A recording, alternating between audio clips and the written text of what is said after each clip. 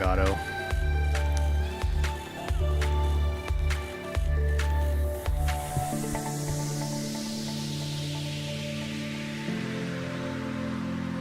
There we go. There we go. I think we fixed it now. Hey guys. Welcome to the stream. If the audio levels are weird, yell at me in the chat because my stupid Elgato Wave software freaked out on me here and like reset everything. So hopefully I've got it all fixed now. Let me turn this music down just a little bit. Welcome guys. Hi Kick. Good to see you here. I know I have everything out of this room now. There's like nothing in here because I'm moving soon. Audio is okay for you, Gear. Good to see you here. Thanks for letting me know that. Twinge, good to see you. Santio Athios, you love your gato, but you understand the hate for El Gato. He's not around right now. The cat's not around right now, but maybe he'll come and visit us. Dusky, good to see you here. Manuel, good to see you here. Black Box, welcome. Subi, good to have you back. Eagle, glad you could make it. Amy, good to see you here as well. Unleash, welcome in. Yeah, Wolverine is supposed to go first. They said they're opening with Wolverine, and then it's an over 60-minute show. So I think a good chunk of it at the beginning will be Wolverine, like maybe 5 to 8 minutes or something. But that means they've got something else. I think God of War Faye is probably the closer. That's what my money's on, but we'll see. We'll see. Who else is here? Who did I miss? Pellin, good to see you here. Welcome to the stream. Good to see you in the stream. Trolls, welcome back. Phoebe, good to have you here. Foss, I think you were the first to show up on the chat. Is it cookie time? Is it cookie time right now? Kitty Dad, welcome in. Emmy, good to see you here as well. Norma, good to have you here if I missed you earlier. Kylina loves Amaras. Thank you for the Twitch sub, tier 1 for 10 months. Much appreciated. Appreciate that. Thank you. Eagle, you think at least 15 minutes? It could be. It could be that long that they go for Wolverine. I don't know. We'll see. This seems like it'll be a bigger show than normal. Partly because it's near Summer Game Fest. Partly because I'm sure you guys, at least some of you guys, have heard Unfiltered Medic. Welcome to the stream. Good to have you here. Yeah, I hope we get good info as well. I'm sure some of you have heard the thing about they're actually broadcasting this stream in a few different Alamo Drafthouse theaters around the US, like movie theaters. I've never been to an Alamo Drafthouse specifically, but there's supposed to be like, I guess like it's like a movie theater chain, basically. The Barvin, good to see you here. Welcome into the stream. Horizon 3 would be amazing. I don't think we'll see that. I don't think we'll see that, but that would be a really cool surprise. Alamo, I dug into that a little bit because I thought it was weird that they were doing this. And everybody, of course, was like, well, if they're putting it in movie theaters, it must be like a really big show, right? However, Angelica, Amy, yeah, is that what we should call you now? Sony actually bought Alamo Drafthouse, it turns out, like a couple years ago. I didn't know that until and when I say I did research, I mean I Wikipedia'd Alamo Drafthouse. And it says in there in Wikipedia that Sony bought them like 2 years ago. And so from that standpoint, it's kind of like, okay, well, if Sony owns these things, broadcasting the state of play in their own movie theaters is not that big of a deal. That being said, they've owned these things for 2 years, and this is the first time they're doing it, and it's around Summer Game Fest. I don't know. Take that for what you will, but I thought it was kind of interesting that they actually own these movie theaters, these Alamo Drafthouse movie theaters. So, Transfinite, Horizon 3, I know. That'd be amazing. It'd be amazing. It would be a pretty, I mean, in my opinion, that would be a good move because I think, to be perfectly honest, I think the whole Hunter's Gathering situation has kind of made a lot of Horizon fans uneasy, put a lot of Horizon fans on edge a little bit. made people, I don't like saying it, but I think it's true that like it's kind of eroded confidence a little bit, or at least made people a little more skeptical. Like, where are they going with this? So even just a quick cinematic teaser to just reassure everybody, hey, don't worry, that's not the only Horizon thing we've got. Horizon 3 is coming and it's looking awesome. Would be like a pretty good move, but I kind of doubt they're ready to do that at this point. I would think a Horizon 3 reveal is probably a more likely for whatever event, you know, PlayStation Showcase or whatever it ends up being, where they reveal the PlayStation 6. Which I kind of doubt is happening today. Maybe. I mean, maybe they reveal the PlayStation 6 today. It feels too early for that too, but Gear PS6 will be released before / together with H3. H3 will not come sooner. Yeah, I think that's probably where it's at least what they're aiming for right now. That would be my guess as well. Eagle, you're not worried about Horizon 3, even though you have almost zero interest in Hunter's Gathering. That's good. Yeah, I don't think we should be worried about Horizon 3, but I just think the whole Hunter's Gathering situation has sort of made some people a little uneasy, or at least it just kind of reassure people, I would say, if they just showed Horizon 3, but I think that's a low likelihood. We're going to see Wolverine. We're going to see, I think God of War Faye is going to show up here. I think that'll be the closer. Steve, welcome to the stream. Tyrannosaurus Dad, good to see you here. Ludi, good to see you here as well. Unfiltered Medic, let's hope there's not a Horizon Forbidden West remake. There probably will be someday, but we are definitely not ready for that. That could probably go another decade before we do that. But God of War Faye is supposed to be the spin-off God of War game / prequel game from Cory Barlog that he's been working on since God of War 2018 wrapped. The new God of War, Norma is supposed to be, the main character is supposed to be Faye, which is Kratos' wife. So in 2018, spoiler alert for anybody who didn't play the modern God of War games yet, you kick off God of War 2018 by heading off on a mission as Kratos and Atreus, his son, to spread the ashes of Faye, his wife who died recently, on a mountain that she wanted her ashes spread on. That's kind of like how the game kicks off, God of War 2018. So the heavy rumors and leaks are that the new God of War game is a prequel where you play as Faye. But we'll see. I think that would be pretty cool. Warrior Princess, Jim C, good to see you guys here. MKM fan, good to see you here as well. Alex Watt, welcome in. Hatham, welcome. Kena Scars of Cosmora. Yeah, I really want to see that as well. I think high likelihood for that. I think probably a really good... It seems like PlayStation's or Sony is publishing it this time, whereas it was a PlayStation exclusive. I think Bridge of Spirits actually did eventually come to Xbox, but I think it was originally a PlayStation exclusive, and it was also on PC at launch, and then I think maybe came to Xbox later on. But I think they're publishing this time, so I think definitely high chance for Scars of Cosmora for Kena. Tomb Raider Legacy of Atlantis, I would love to see that as well. I think there's a pretty good chance for that. That could also show up at the Summer Game Fest Jeff Keighley show on Friday. We're going to stream that one as well. So there's also Summer Game Fest this Friday in just a few days, and there'll be a bunch of stuff there, obviously. Amy, give the Tomb Raider pre-order. Yeah, that'd be sweet.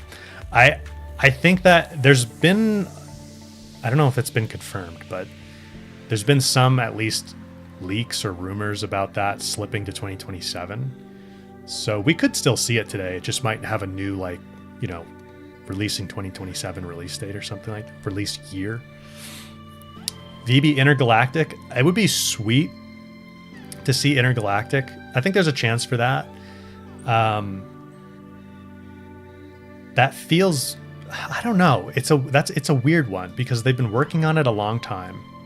They revealed it, what was it now, like 2 years ago at the Game Awards? So it's been a long time since they've showed anything. They had the whole like crunch situation last fall into the holiday season at Naughty Dog to get, I think they said that crunch reportedly was to get an internal demo done. The Stream Elements bot is saying we're playing Subnautica. Whoops, I forgot to change that. So yeah, I mean, one train of logic, you could say they should be ready to have a gameplay trailer ready to go if they had an internal demo done. On the other hand, you could say maybe that it depends what the internal demo was like, you know. But they also did reveal it like 2 years ago. Intergalactic, I'm still talking about. And the leaks and rumors for that are also that it's supposed to be like a mid-2027 release. So we're mid-2026. Give yourself a 1 year ramp. That's pretty typical for marketing. So from that standpoint, it does make sense. I don't know. We'll just have to see. That one I think could go either way. We could see that today, or we could see it at another State of Play later this year. I think if we see it later this year, it's going to be at like every show after that. So it'll be like September State of Play, Game Awards, early, February State of Play that they always do, 2027. But I don't know. I'd love to see gameplay of it. It looks, the more I look back at the reveal trailer, the more interested I am in it. But I just really want to see gameplay. Norma, you have cherries? I love cherries. I don't think there's a fruit out there that I don't like, but cherries are high up my list for sure. Intergalactic Shadow Drop for sure. It's just releasing tomorrow. Releasing this weekend. I don't think they're ready for that. Manuel, about Kena, you started playing on PC and you liked it, but then your system got borked? Oh man, that sucks. Have you ever been able to pick it back up on PC or PlayStation? Kailina, you hate bananas, but like every other fruit. I like bananas. They're not like super high up my list, but Unleash Witcher 4 is unlikely as they just announced Witcher 3. Yeah, I don't think we're going to see The Witcher 4. If we were going to see The Witcher 4, I think it'd be more likely to be at Summer Game Fest, because that, it's a PC release as well, and it's an Xbox. So I think they'd want to have it in front of a bigger audience than just the PlayStation audience. But even Summer Game Fest on Friday still feels too far off, or too early to me. I think more likely like Game Awards at the end of the year. And then maybe they say holiday 2027 release or something like that. Although now they've got, what's the new Songs of the Past, right? Songs of something. The new DLC for Witcher 3 that they said is coming out next year. And so then I'm like, do they do that early next year, like first half of 27, and then they do The Witcher 4 second half? It almost makes me wonder if The Witcher 4 is like further off, like 2028, which would kind of suck. Durian fruit? I don't think I've tried that. What is that? I'll have to try that. I'll have to look for that. I don't think I've had that, so I don't know if I like it or not. Norma, you're allergic to pineapple, but you love it? Oh no. What happens if you eat pineapple? Is it like a really, really bad allergic reaction? Like you got to go to the hospital? Durian. Now I want to look up a picture of this. What is this fruit you guys are talking about? Yeah, I've never had one of these. Oh, they're big. Oh, I've seen these in the supermarket. Yeah, I have seen these for sale. They're kind of like a prop item almost in the grocery store.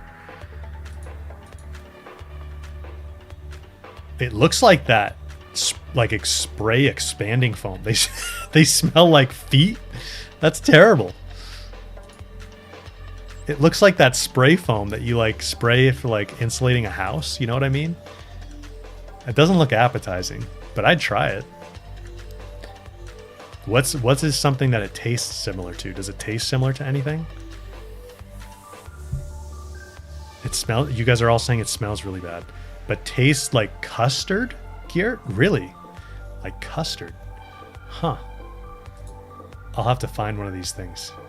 It looks like a kind of like a dried up croissant in that picture anyway. Weird. Oh, I know it's kind of small for you guys. This is what we're looking at. Whoa, why is this one red? Is that like a different variety, or is that just somebody photoshopped it? Yeah, these things look super weird. A durian fruit. I'll have to try that out. Destiny 3 announcement, Marvin? No, they're not. Apparently that's not even greenlit. That whole Destiny situation is crazy.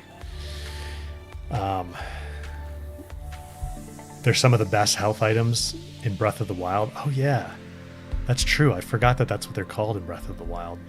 Huh. It's been so long since I've played that. Sunil, good to see you here. Welcome back. Yeah, the Destiny situation is crazy. Apparently, everything that's been coming out of Bungie, I know a lot of you guys probably don't play Destiny or follow any of that. I don't play Destiny either. I like dabbled in Destiny 1 years ago, like a tiny bit, and just never got into it for whatever reason. But I sort of follow what's going on with the Destiny news just because I find it interesting and because I feel like it sort of informs what's going on with Sony in general. And apparently Bungie pitched like a few years back at this point. They were like, can we get going on Destiny 3? You know, like after Sony bought them. And they've asked a number of times, can we start making Destiny 3? And Sony keeps saying no. They just keep not greenlighting it.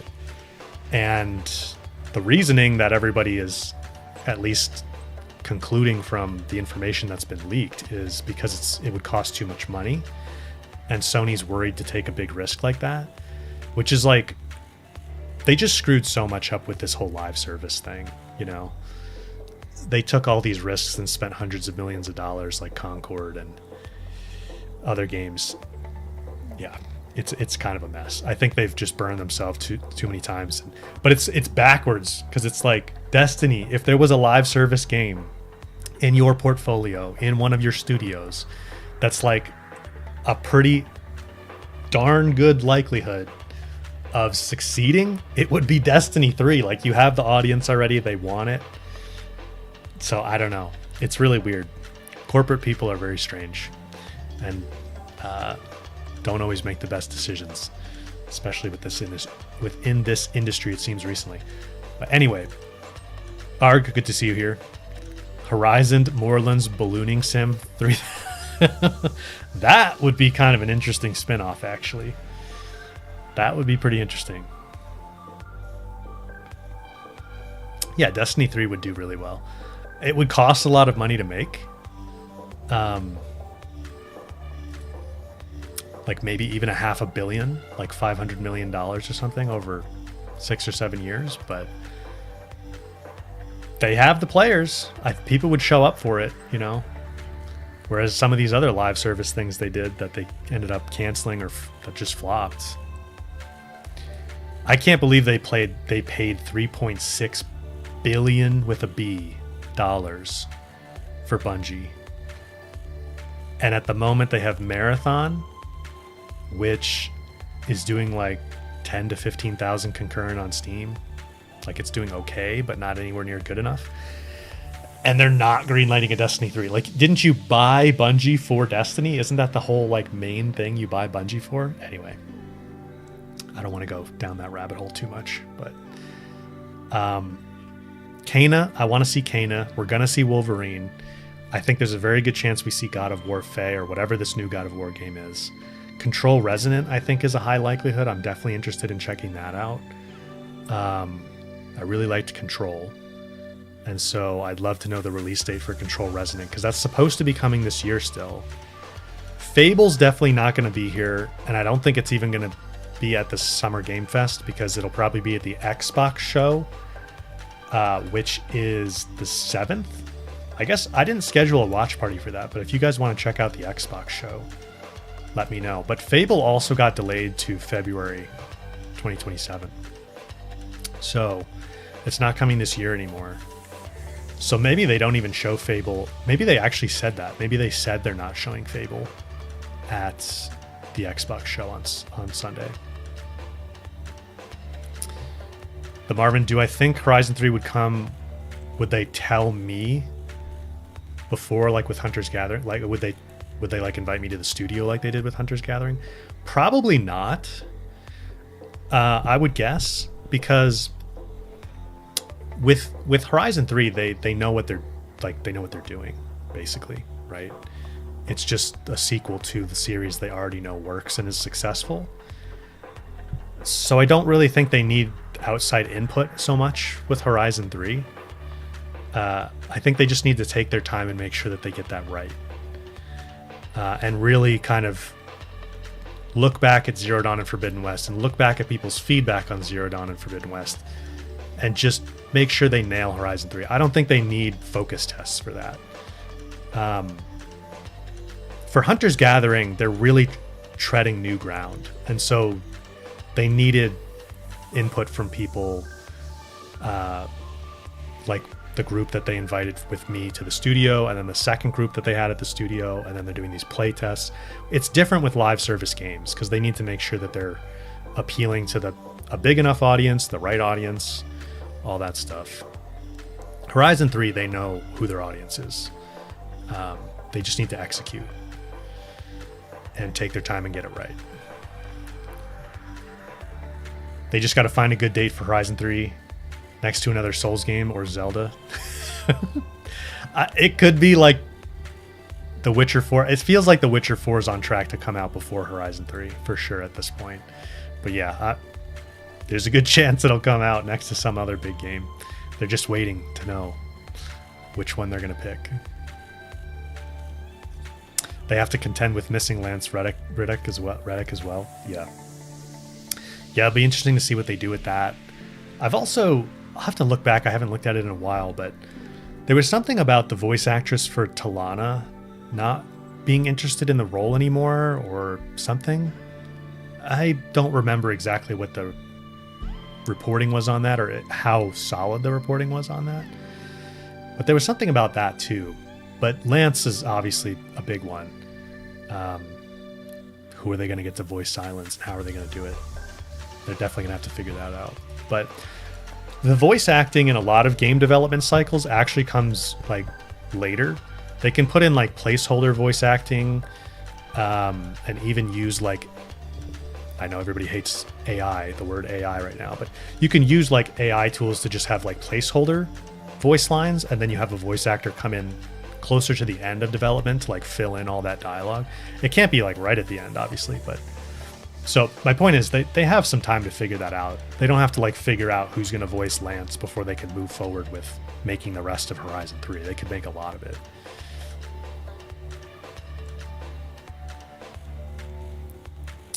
Oh, is that what it was, Arg? She wasn't available for Horizon Forbidden West when the rest of the cast are recording?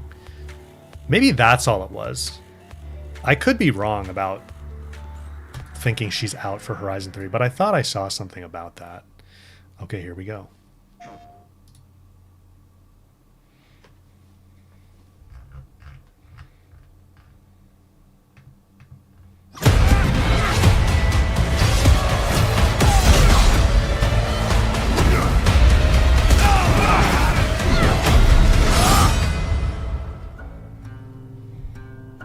Hi, I'm Marcus Smith, Creative Director for Marvel's Wolverine. Today, we're excited to debut a new look at the game. To set the stage, Wolverine is in a race against time to rescue a group of kidnapped mutants before they're shipped off to parts unknown by cybernetically enhanced mercenaries known as the Reavers.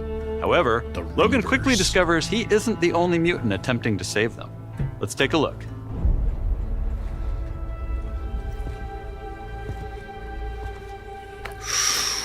On PS5 Pro. Let's see if we can find the one that got away. Redhead. Might be our only lead. He's a hairy boy. Look at those arms. Looks like she took off into the industrial park. All right, let's search the area. Detective Wolverine. Give me a status update. Perimeter stable. Holding position.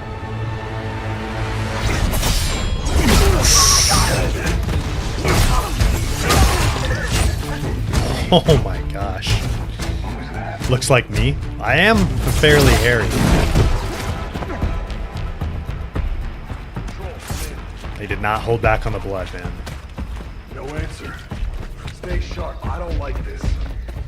Yeah, it does. I was feeling the Uncharted vibe too. Mark. Should do another sweep. It's too quiet. Ooh.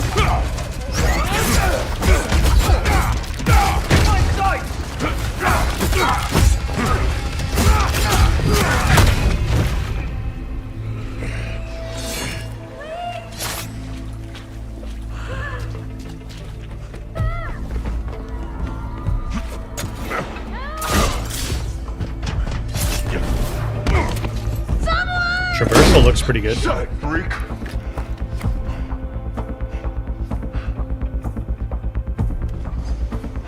Ship's casting off. Not today, Bob.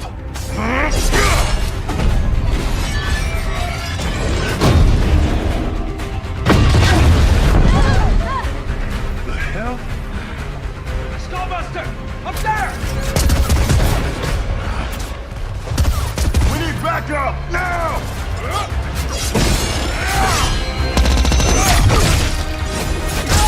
Blood, blood, blood.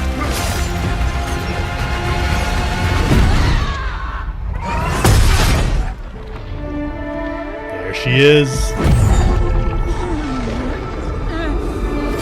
Kathy, good to see her.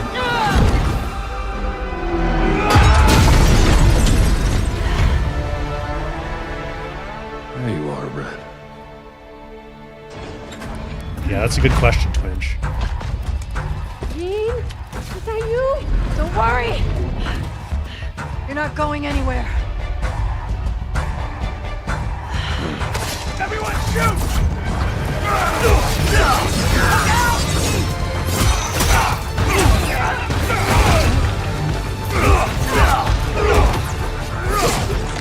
You son of a bitch! It looks like the gameplay is going to be pretty fun. Yeah.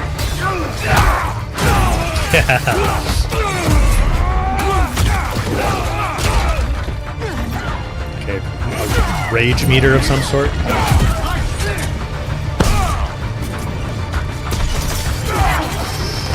I like the slide. Pay for that!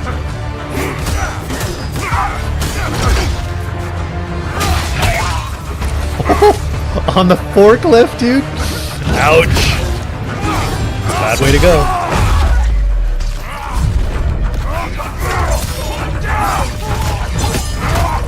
What the hell? Did he say feral? It's kind of like God of War rage. Yes! Let's go! Shit.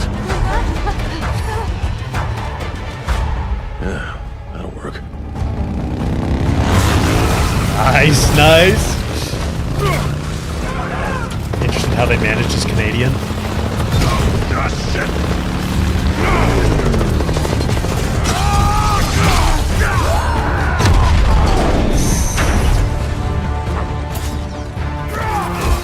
Where are those mutants?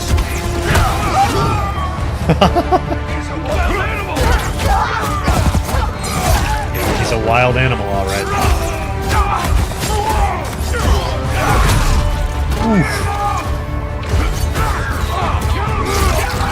The combat looks satisfying. Get out of my way!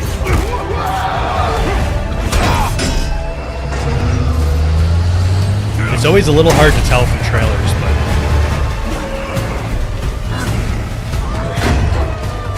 You're mine, Shorty!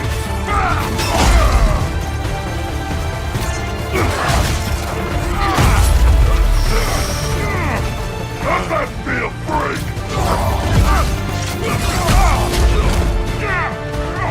yeah, it does look very Uncharted, yeah. There you go, twins. That's part of it.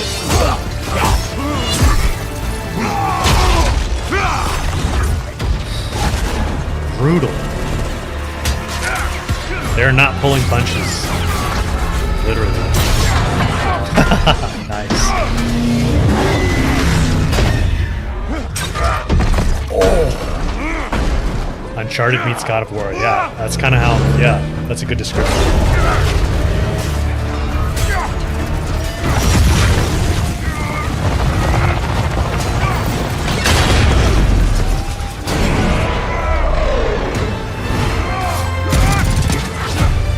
I was hoping for the redhead.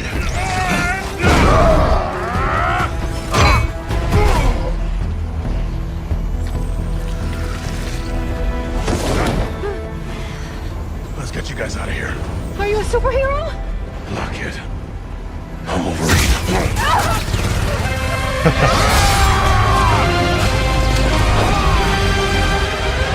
Oh, he's just getting shredded in that last shot. Oh my god.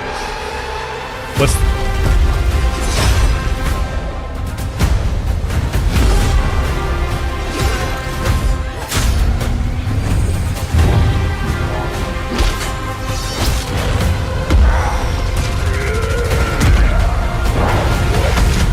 A lot of cool enemies. Can't wait to die.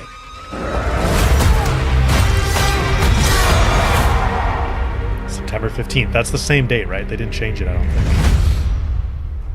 That looks pretty awesome.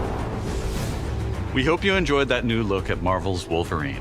This is a single-player action-adventure game featuring a focused, story-driven experience just that in will case. send Logan on a perilous journey across the globe, where more than innocent mutant lives are at stake.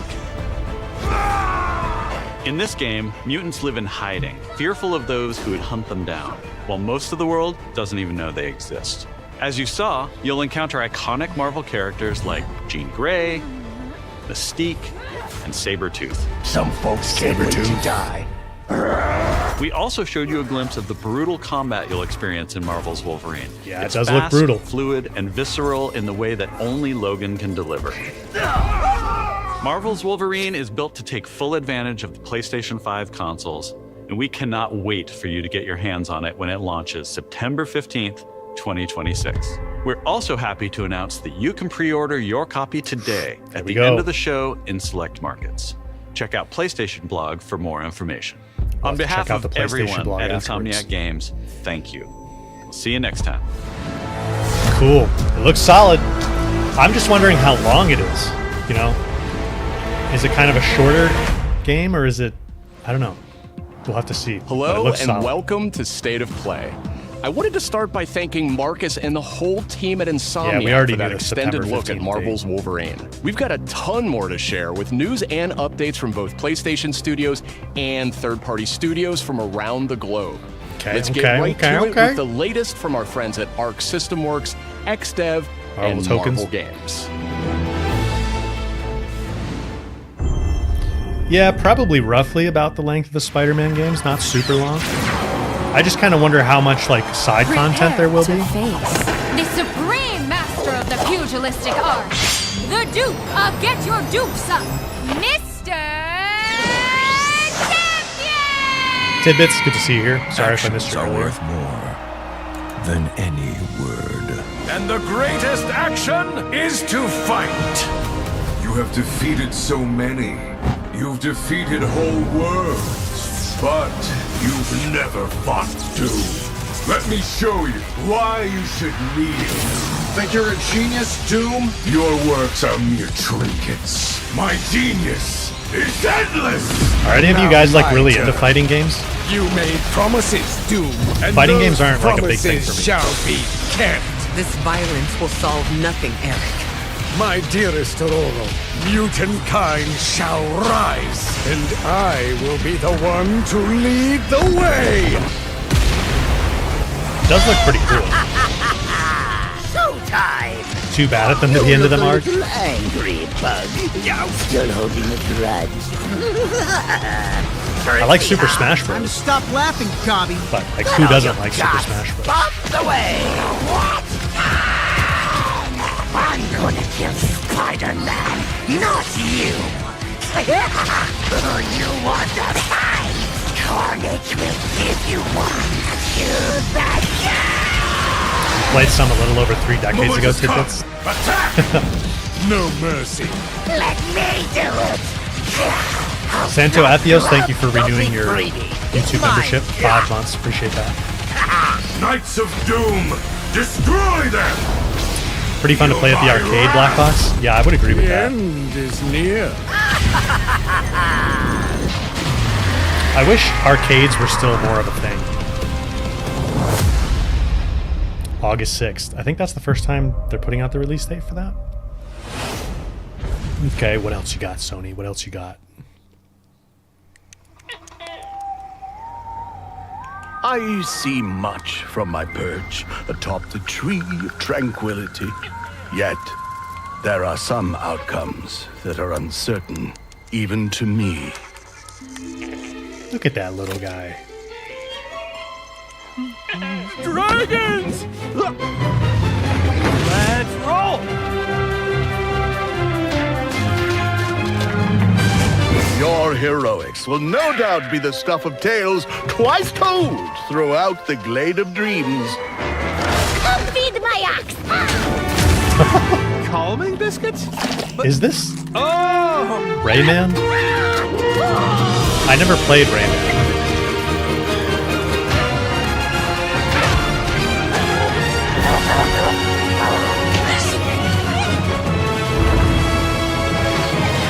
Yes?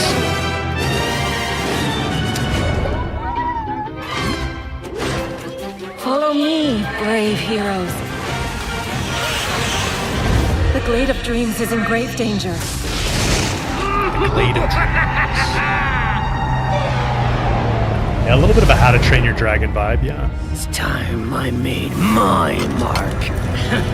I think Rayman existed before How to Train Your Dragon. Maybe he stands a little bit of a chance. Robots to the rescue! I am as fast as a falcon! Kick size! For the Glade, then! Yeah, I think Ubisoft still owns the IP. Yeah. You think this ends here? Cool! So this is a remake, here. right?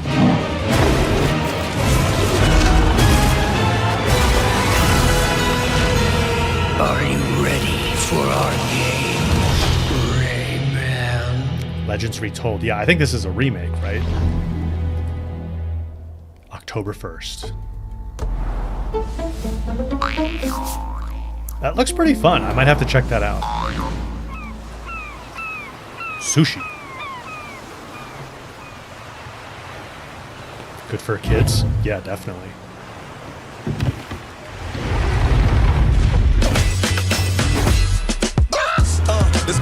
Whoa.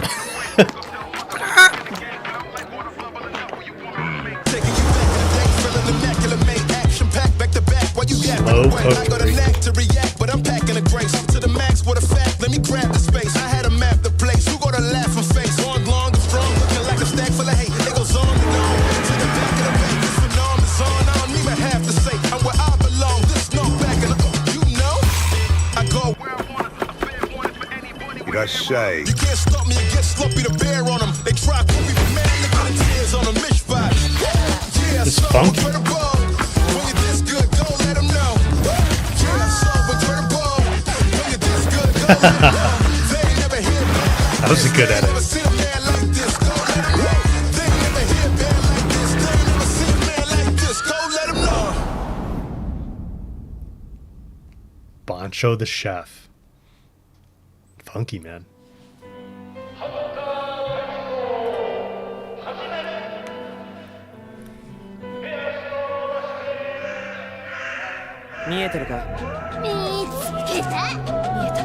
무차 쓴나요? A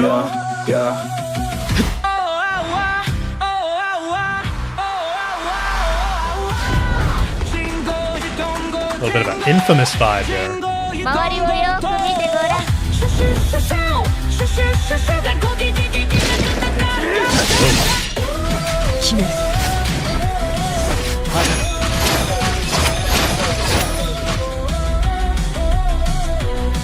said there might be a new Infamous. This is definitely not Sucker Punch, though. We're not ready yet. Tidbits, thank you for the gift of membership. Appreciate it.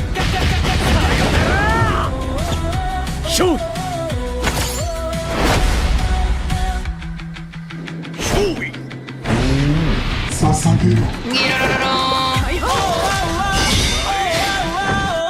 This gameplay looks fun.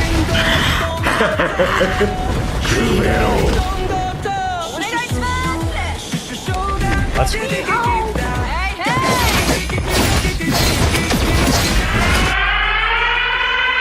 got me interested.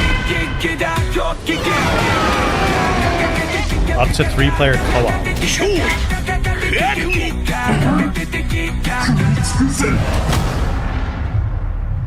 Death is only the beginning? Oh, that's not the main idea.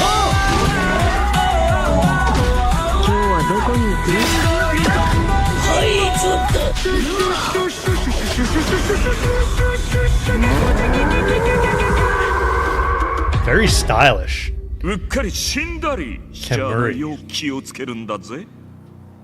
I'm interested. 2027? Hi everyone! お久しぶりです。安心の中村郁美です。Did you miss me? I missed you! I don't think I've met you でも before. 多分私のことを知らないし忘れてる人もいるかもしれないんですけど、そうだな。見てね、お姉さんです。今日皆さんにお届けしたのは妖怪ハンターアクションゲーム Oh, it's 煙です。 yokai hunting. That's 舞台 cool. は煙シティ。この世とあの世が混ざってるカオスな街をアジアをベースにいろんなカルチャーが入り混じってます。煙あるところに妖怪ありという言葉がありまして、それを妖怪ハンターが見つけ出します。 Where there's smoke, そ there こ are で使うのが yokai. 妖怪ハンターだけが使えるフォックスウィンドウ、狐の窓です。この窓を介してパラノーマル現象や妖怪を見つけ出して、で可視化してそこに妖怪をハントする。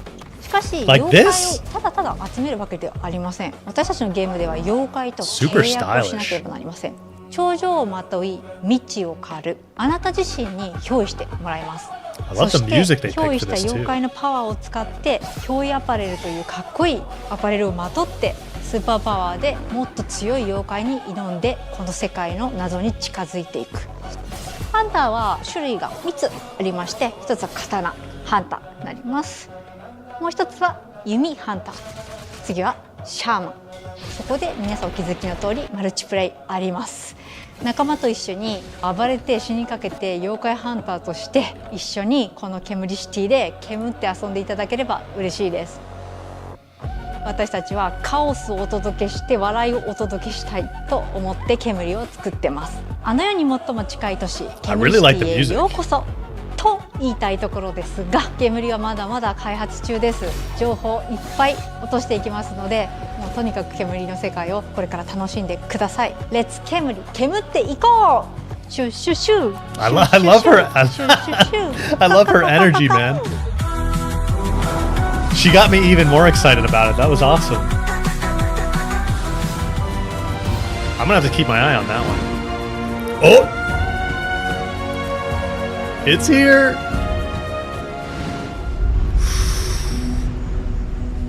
Been halfway across the continent looking for you. Lara. Hard woman to track down.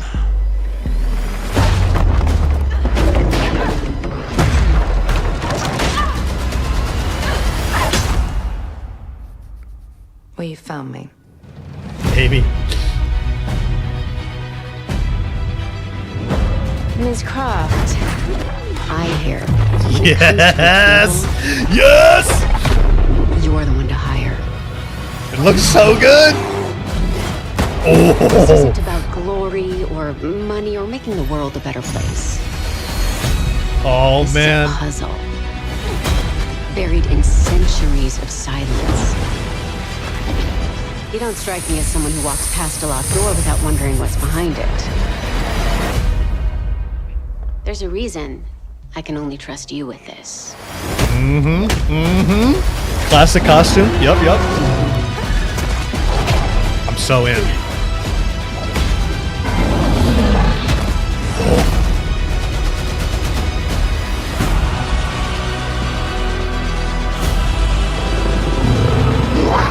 Good kitty. Good kitty.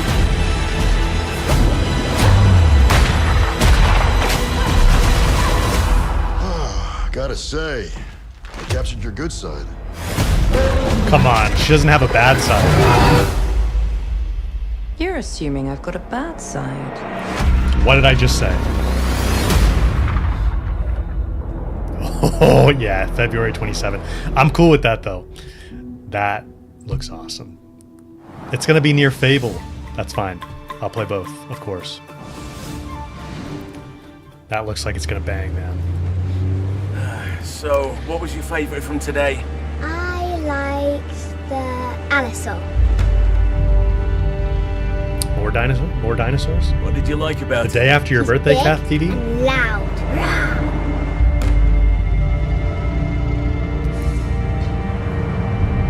Oh, I think my favourite is the Diplodocus. Yeah, definitely. Agreed, Twinch. Feels like a faithful remake.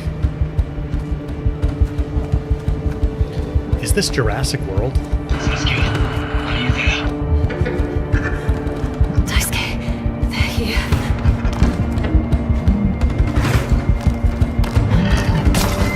I don't know if I can do this.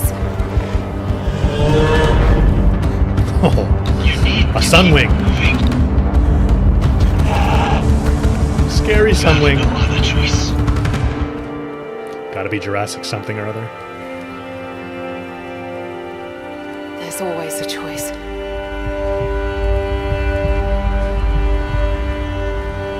The Lost Wild.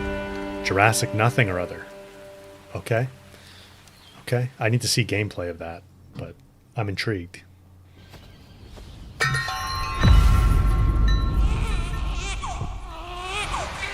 Looks like a lot of running, Alex.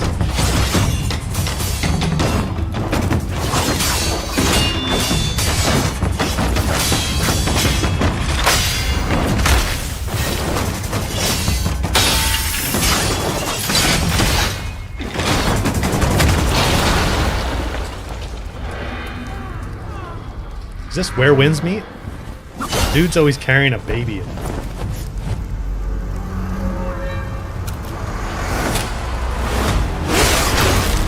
Oh no, no. Phantom Blade Zero?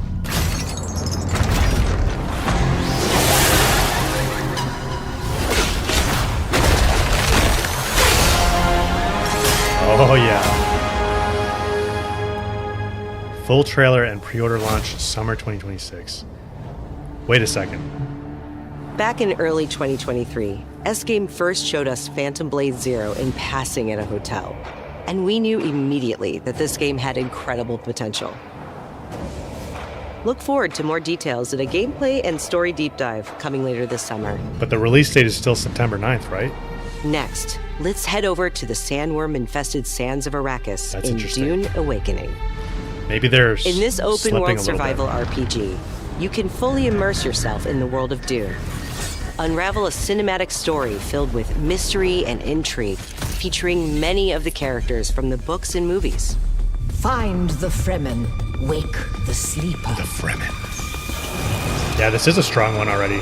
I would agree. Alone or with friends, you will explore the vast open world of Arrakis and learn to survive and thrive by unlocking the secrets of the Fremen. Along the way, you'll discover new technologies, I tried this. Gadgets and weaponry. Some of you guys tried this as well. And build a base of operations that will grow and expand really get into as you progress towards power and fortune. Pursue the path of the Bene Gesserit, Swordmaster, Trooper, or Mentat, and master anything from mind control to brutal hand-to-hand combat. In Dune Awakening, you can choose to play with your friends or alone in a brand new single-player mode arriving with the PlayStation release. Press X to empty sandworm boots.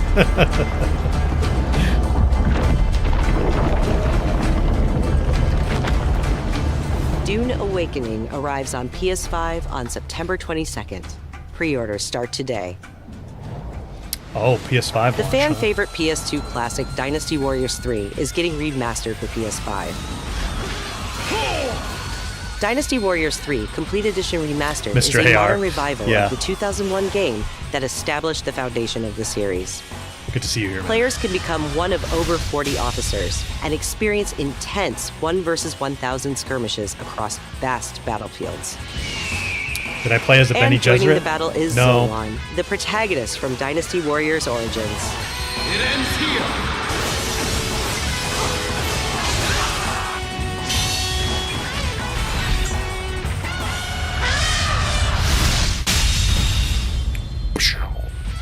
Remastered. Dynasty Warriors 3 Complete Edition Remastered launches later this year. Pre-orders start today. The last 3 decades of games remastered. From the award-winning studio behind the Ori series comes a bold new vision for action RPGs. No Rest for the Wicked? No Rest for the Wicked is a brutal Souls-like built around skill, they do full release now? Consequence, and precision combat. I really enjoyed this. Step into a living hand-painted world you can explore alone or share with friends in your own persistent realm. A world that evolves even when you're offline. The highly anticipated full 1.0 release expands everything. A massive so they are going world, full release now. A deep class and progression system, and hundreds of hours of content, including endgame, all with full crossplay and cross-save. Nice. No Fancy Rest Pants, for the good to Wicked see you here, launches man. on PS5 this October. We're not expecting Horizon and updates is available to wishlist now. October 26th, huh? Up next, let's No check Rest in for the with Wicked Capcom was good. for an I played update in on the early access. Onimusha: Way of the Sword. Good to see you here, man. Doesn't yeah, we're not. Don't think we're going to see any Horizon stuff today. Well to follow his example. There's always a small chance. See the appeal, Musashi.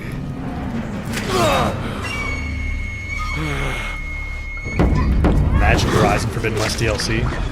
I wish. That castle on the mountain.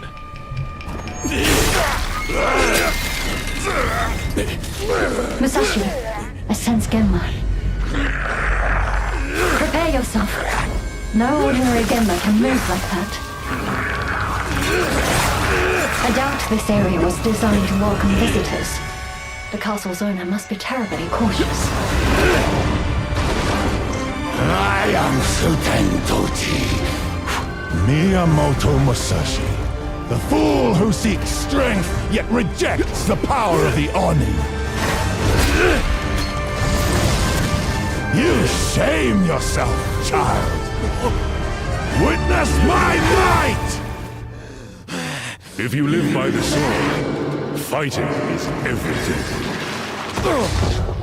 So you've lost. Will you swap the sword for a trowel? Like hell I will. No? What then? Are you going to start taking human souls? If human souls are what it takes. Musashi, if that's the path he walks, Musashi, I will follow.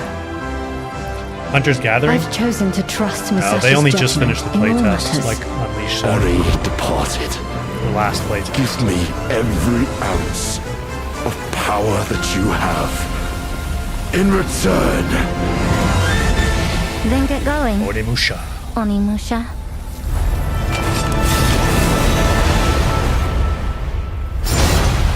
I feel like I liked other trailers for that better than this one, but I'm still interested in it. Yeah, Hunter's Gathering, I don't think we'll see September 25th. Is that what it said? Man, September's We crowded. can't wait to get our hands on Onimusha: Way of the Sword this September. But you won't have to wait long to try it yourself. Here's one more update from the Onimusha team. Holy September, Batman, yeah, for sure.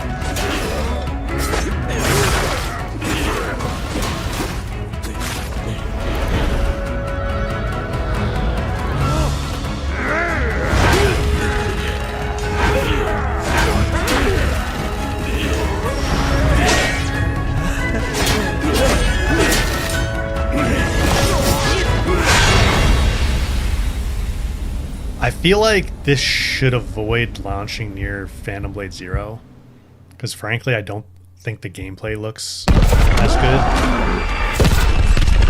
But it's like kind of a similar vibe, you know? Yeah, Hunter's Gathering, I don't think they've even had time to make a new trailer for it. But I guess you didn't.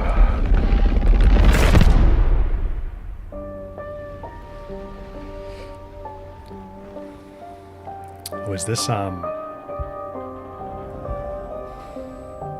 what was this again? Hey! Who's there? Silent Hill, what are they calling it? Simon. Are you there? Townfall. Yeah. Silent Hill Townfall. Please say something. Where did you go, Simon? Something doesn't feel right.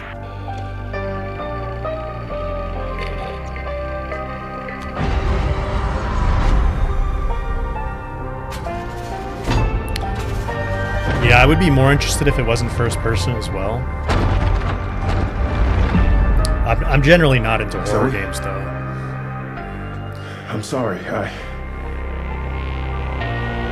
Sorry? What are you doing here?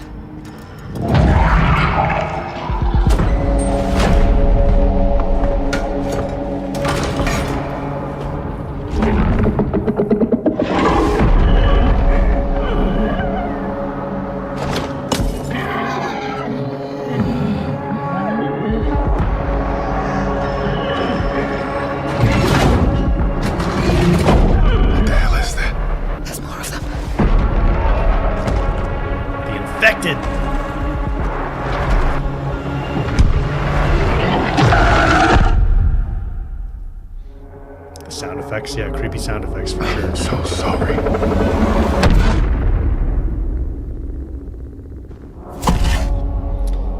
September 24th. September. I mean, the horror games kind of have to come out around Halloween, though. The target is the front gate of the capital of our homeland, the Federation of Central Asia. We will storm from the sea and take the capital back from our enemy. So you're the next one? The one whose rear we'll have to cover? People left behind back on the continent need something to hold on to. Some sort of symbol that inspires hope. We will be in visual range of the land battleship soon. That's giant! I'm surprised so many people are avoiding October, though. Where's Wings when you actually need Like, early October, I think you'd still be okay. Where are you going, Copter? Cover Tasha, Rex! It'd be like 6 weeks before GTA. 6-7 weeks. Well, that's 6, where 7. the Wings of Thief comes in. The legendary savior. Dee Dee wants the legendary savior to get as much publicity as possible. The more exposure, the better. Cannons firing! We're gonna be wiped out! All aircraft, pull out. Sorry, Rex. You stay put, Joker One.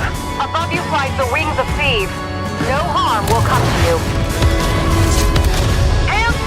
Everyone, hope is within reach! The Terminus fingers! What, the imposter? Sharing information isn't always about telling people the truth. Hope's all we can offer, right, Joker One? It's an ambush! Shadows! Just as planned. We dangled the bait and Wings took it. We'll find out soon enough. Would you please? Green flight! Defensive maneuver! We've got a Horizon, the Wings of the 10. That would actually be a pretty cool spin-off. Gorilla should do that someday. Did you? Here we go, Rex. That's a great idea. Rex. These skies belong to you, Rex. Go take what's yours. Wings of Thief? A Wings of the 10, like, combat fighter? That'd be pretty sweet. 皆さんこんにちは。エースコマットシリーズブランドディレクターのコーナーです。お待たせいたしました。Yeah. エースコマット8 I agree on Wings of Leash. Steel I の kind of 発売 can't 日 wait は till GTA's pass, 2026 so 年10月 things can 2 sort of 日。 get back to アーリー normal アクセ with スは releases. 9月29日になります。今回の映像では皆さんがエースコマット8で直面する出来事を一つ一つのカットに意味を持たせて約2分にギュッと詰め込んでいます。自由自在に空を飛びドッグファイトの興奮を味わいながらドラマティックな英雄体験ができる。他にはないエースコンバットだけの空はもうすぐそこに広がっています。加えてもう一つお伝えしたいことがあります。こちらの映像をご覧ください。 Let's take a look. Did you know there are 3 kinds of aces?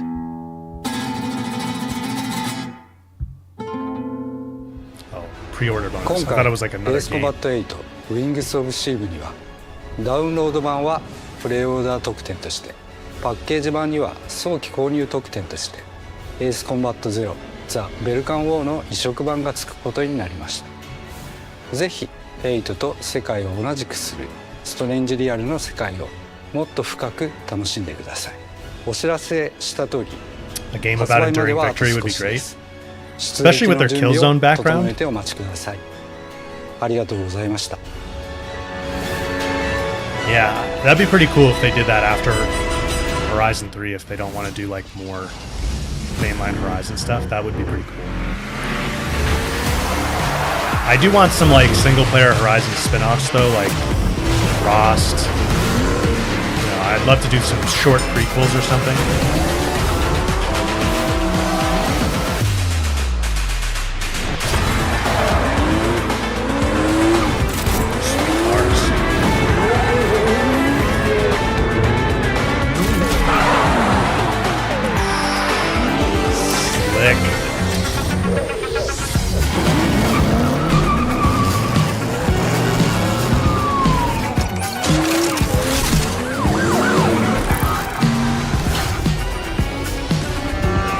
Dude, I think my brother would love this game. He loves anything with cars and racing.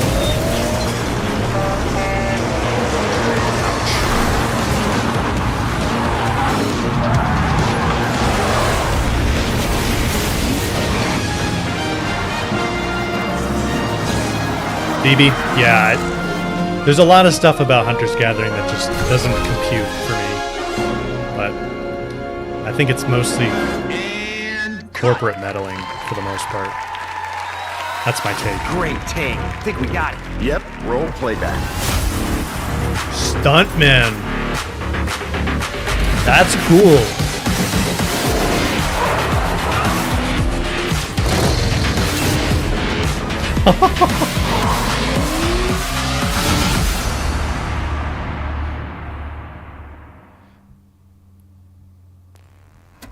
That actually looks pretty cool. Oh. There's a wounded man. Nasty injuries. It's like a beast tore him apart. A beast? Out here? Are you drunk or something? Atomic Heart? Do him up and show him out. But he's still weak, so be careful. What's going on?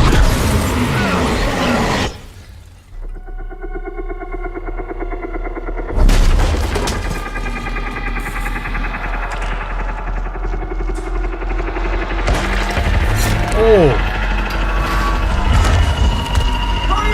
Never mind. Save your ammo.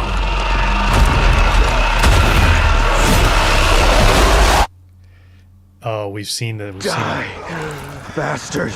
Oh, God. And you're tough. Surprisingly lively for someone who just came out of a coma. If you want to survive, you gotta hustle. This is brutal. Oh. You fell from the moon.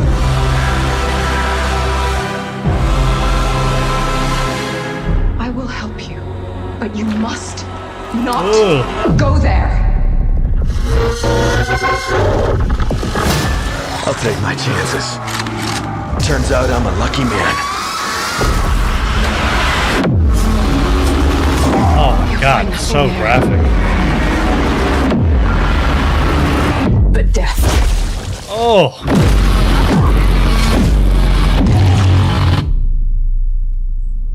I mean, it's impressive to me. Good luck. The crazy stuff people come up with for this, I just can't. It's like just nightmare fuel. It's just nightmare fuel. I can't do it. Control, baby. Here we go. Something is coming. I have to go. It felt like an earthquake. But it was just a paperclip falling off a desk. The tiniest tremor before the main event. Jesse. I know what they put you through. You never had a chance.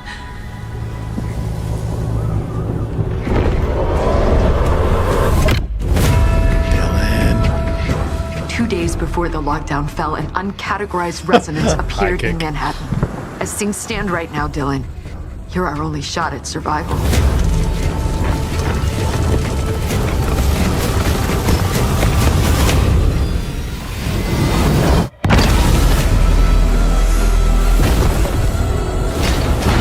You are not FBC. You're not even fucking human. The FBC locked me in that cell for years and forgot about me. The hiss, it was a way out. People can change. The past doesn't matter. Ooh, I love these shots. Who are you today? Oh, come on, more gameplay. Show me more gameplay. September 24th as well. Oh my... September. Oh my gosh. Oh, Amy, you should play Control. We're gonna have a lot of fun together. Really good game. You'd like it, I think. It has a little bit of like a creepy horror aspect to it. I wish I could be there with you and Unleash with the horror games. It's just nightmare fuel for me, man. Yeah, September is crazy. Marathon. This is the new update for Marathon.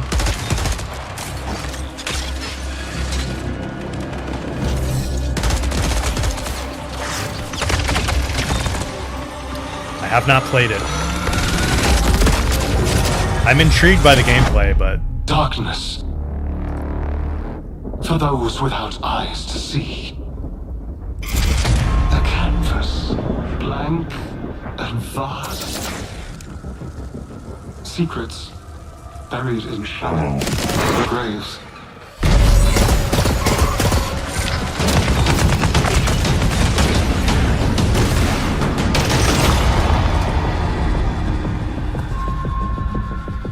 I cried out in my sleep. A warning. The Marvin, you've played it? It's really brutal. Yeah, that's what I've heard.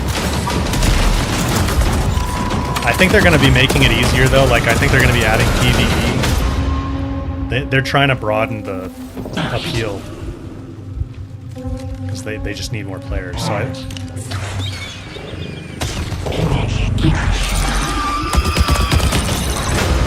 think they're going to go PvE mode or something like that.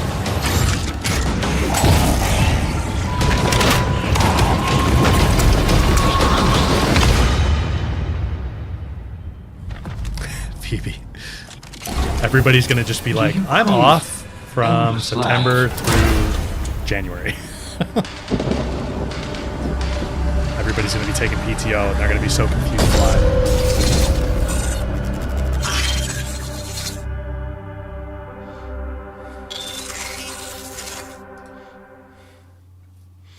Unleash, you already put your time off in. The dangerous and cutthroat world of Marathon expands today with its second season, Nightfall. And if you haven't checked out Marathon yet, Bungie announced an open trial period for the launch of Season 2. You'll also be able to pick up Marathon at a discount. Yeah, they're really trying to get this out there. Now, let's take a look at what's coming soon to PlayStation Plus. Up first, they just a have to beloved pivot fantasy really hard world is and, like, finally coming to PlayStation add for a the PvE first time. mode or something. RuneScape Dragon Wilds is an open-world survival RuneScape? game where you rise from survivor to dragon slayer.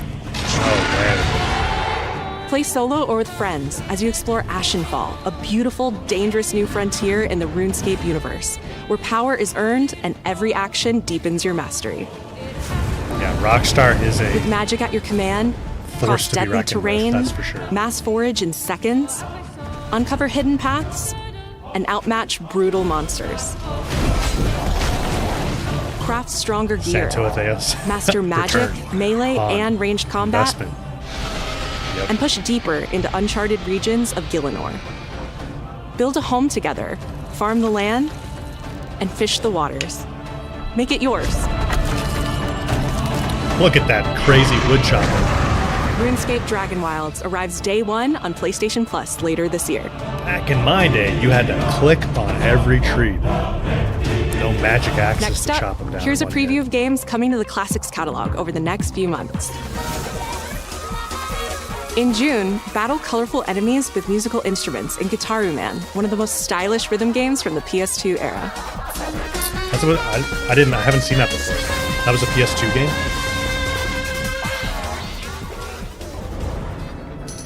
days of building size money for In July, PsyOps the Mind Gate Conspiracy yeah. joins the Classics catalog.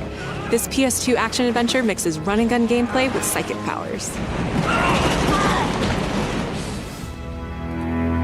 Dave John called Make Better Games. There's also just an aspect that the Rockstar games have.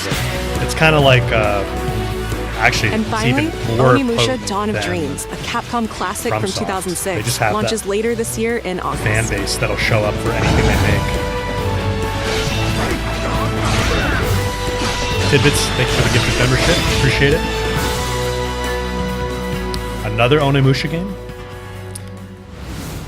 I mean, adding to the catalog. PS Studios. Oh, the Fire Sprite game. Akashima Island. Haunted by dark stories. Until Dawn 2. Confront the evil, corrupting paradise. This is Dead True International. Thanks. Come on, let's get a photo together.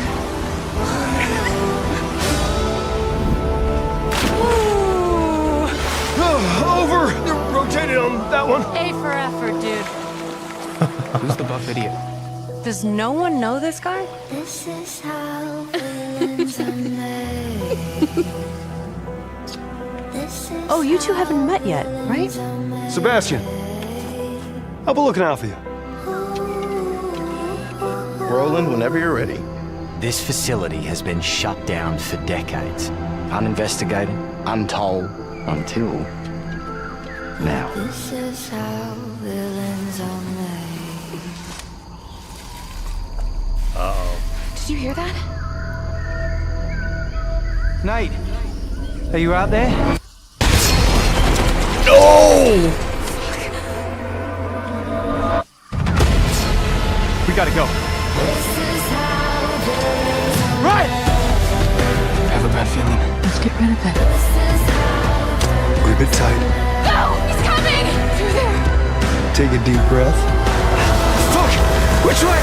Steady the mind. We're gonna have to jump! There's rocks down there! 0 stars on TripAdvisor.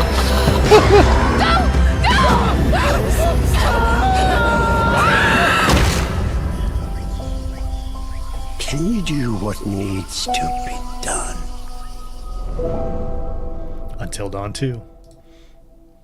Arg's rating of it right here. Everyone can live, everyone can die. 2027. Okay. I know I was just saying how I'm not into horror games. That does look interesting. Creative director at Firesprite If it's Games. not too bloody and I gory. hope you enjoyed the first look at our brand new installment of Until Dawn. In Until Dawn 2, a successful crew of ghost hunters who fake all their best content come face to face with real horrors for the very first time. Whenever you're ready. Having just signed a deal with a major TV network, they visit an abandoned tropical island. But beneath that beautiful surface hides dreadful, heartbreaking secrets, centuries old and hungry for vengeance. We're looking forward to sharing more details about this very soon, ahead of release in 2027. Thank you. Eagle, you liked Until Dawn, but you don't play horror. I didn't play Until Dawn. So is this co-op? Did they say that? Now we have one more game to show, and it is something special. This is a brand new title debuting with more than 20 minutes of uninterrupted gameplay. So turn up the volume, sit back, and enjoy. 20 minutes?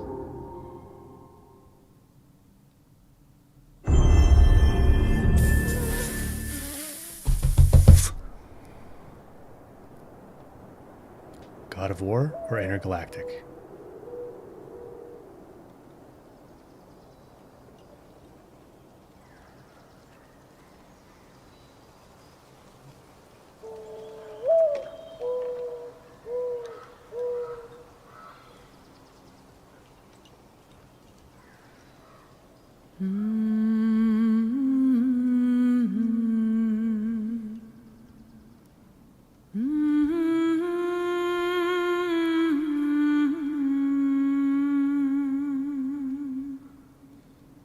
Yes.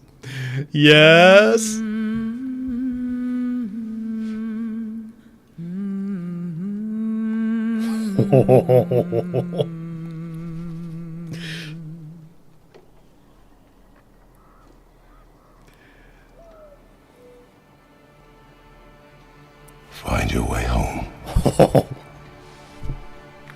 You are free.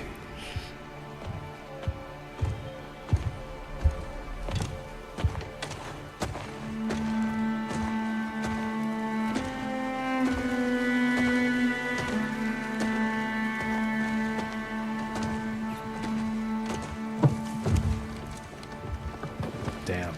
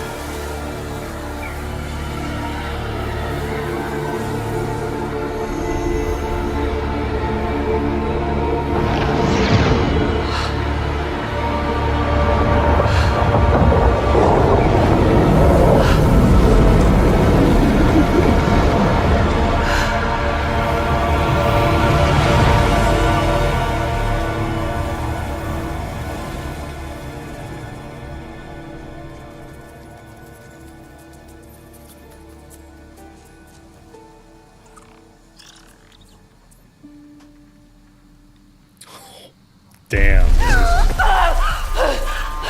Oh my god. Aloy of War. Voodoo, I love it. So this is in parallel. Oh my gosh.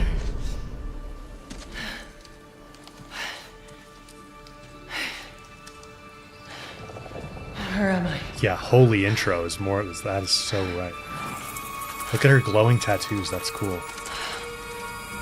Holy shit, this is gonna bang.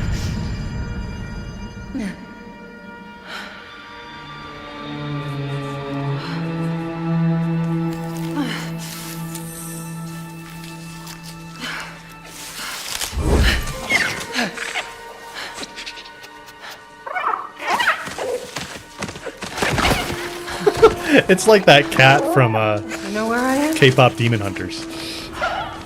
Oh hell yeah, we'll stream this.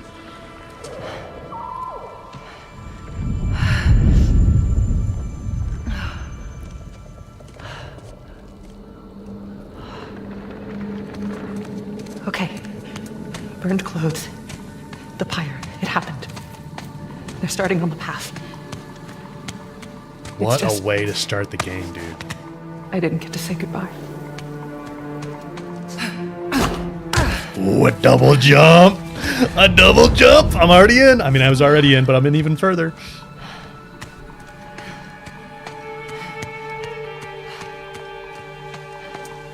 This definitely isn't the light of Alfheim. See, this is the thing, is they're gods, so they don't die.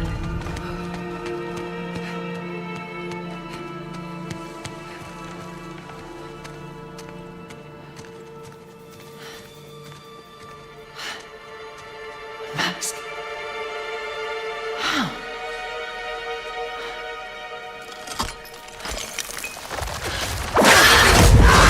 Oh!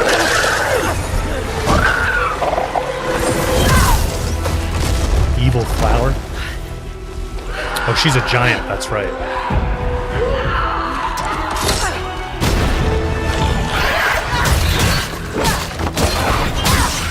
Oh,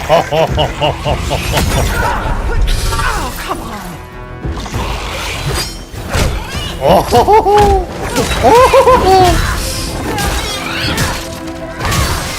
Holy. Shouldn't have been that difficult.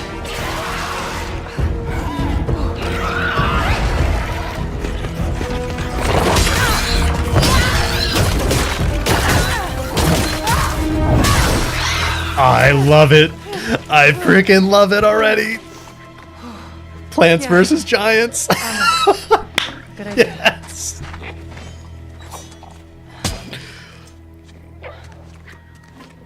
Good kitty.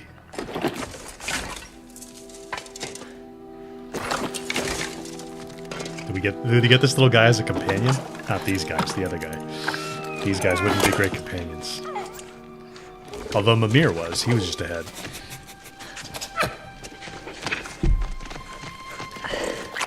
Licked his own eyeball there.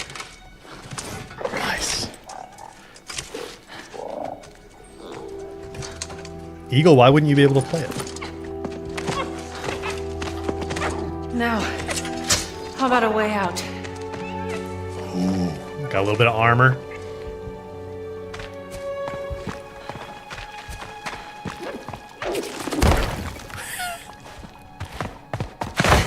Cool armor, too.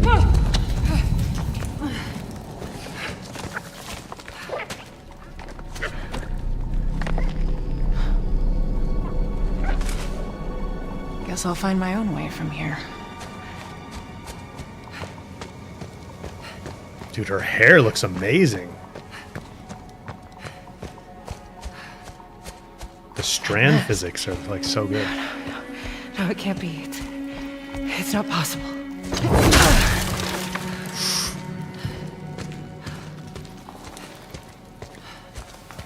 Oh yeah, Kylina, you should definitely play them, yeah. If there's another mask, their path isn't safe. I have to find a way back.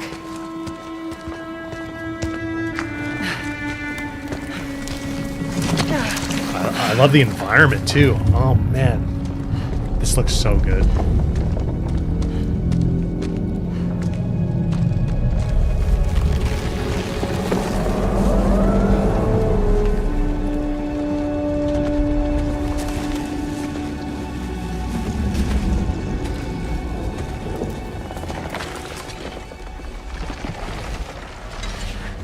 I gotta show my wife this trailer.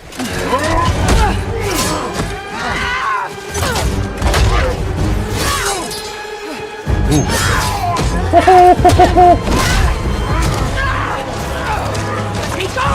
Did she come from the Eagle Outslot? Not the gates.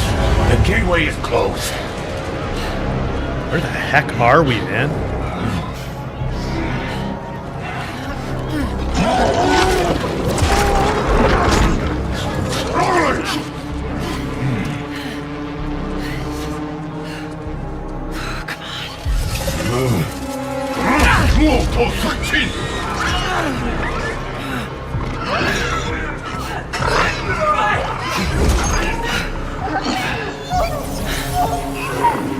Oh, that creature. They enslaved it.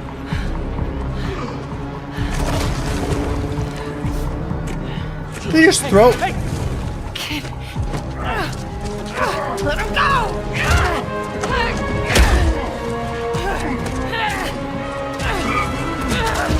Oh, his head's floating. Are they like magical suits of armor?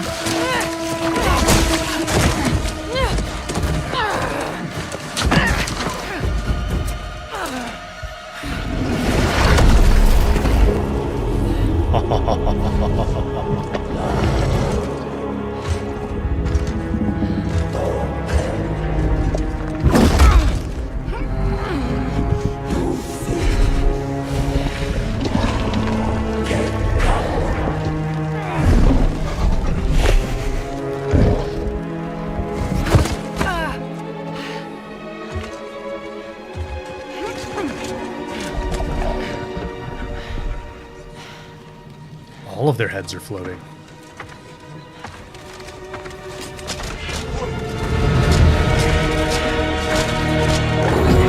Dude, where are we?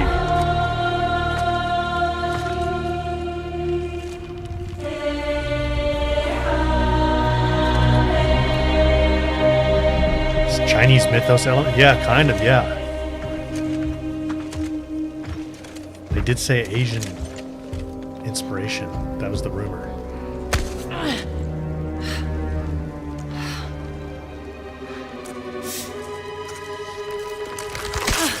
Ow! Another mask.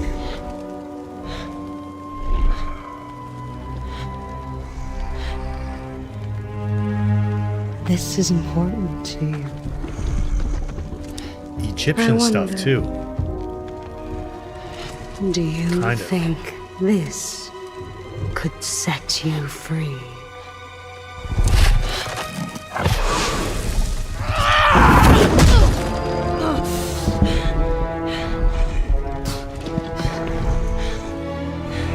You touch me again, and I swear, I will kill you. Would you like to see how hard it is to die here, Godly? I can show you.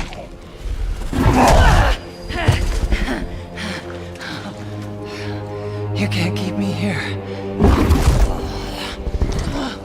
The gateway is closed. There is no escape.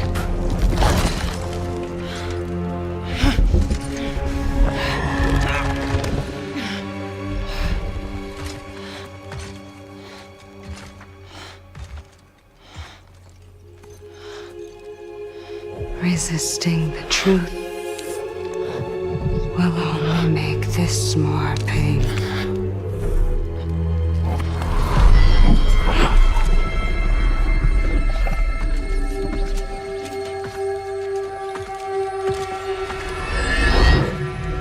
What the heck? No, Betsy. I will handle that problem. You deal with our new pet. Allie, brother, good to see you here, man. Yeah, this looks awesome. Oh my! That is a crazy pet. Isaac, welcome to the stream. Holy shit.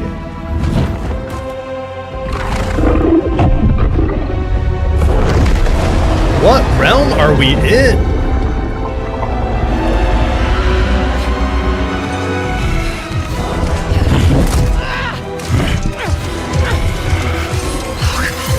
Imagine the litter tray.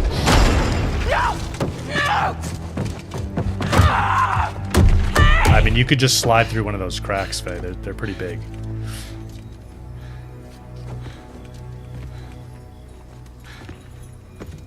Yeah, we're cooking all right. Okay. I think they're gone. Just be careful.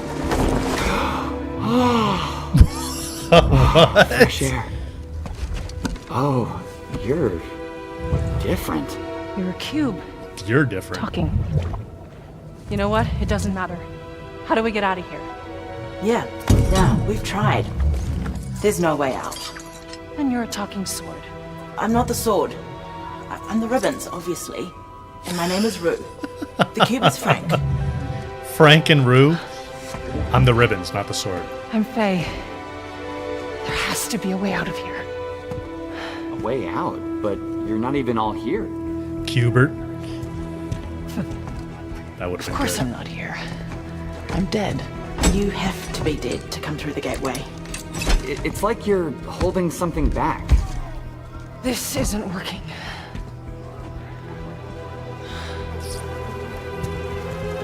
I guess maybe this just isn't one of the realms.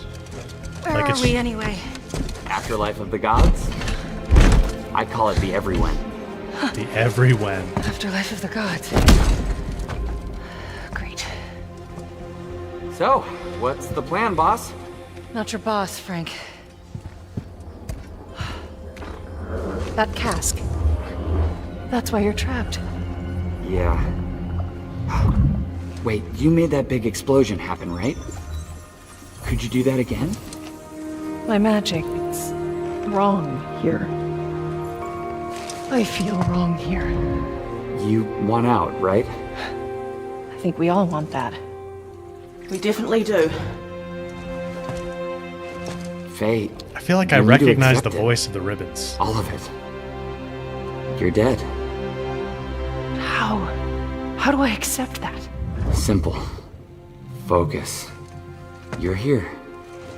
Be here.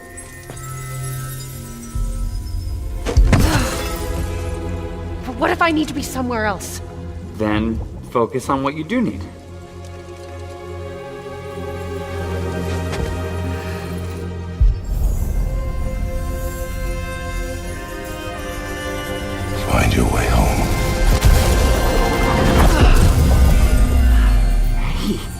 That's it.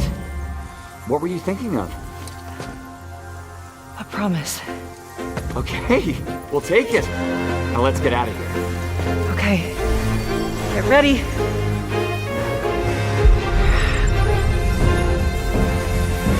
Wait! Not a good idea! Bad idea!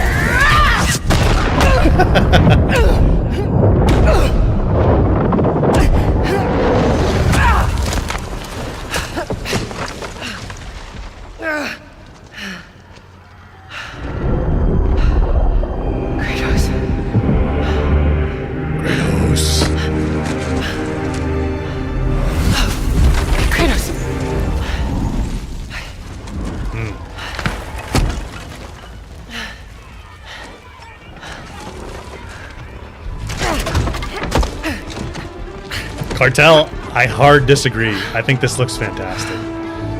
I think you're in the minority on that one.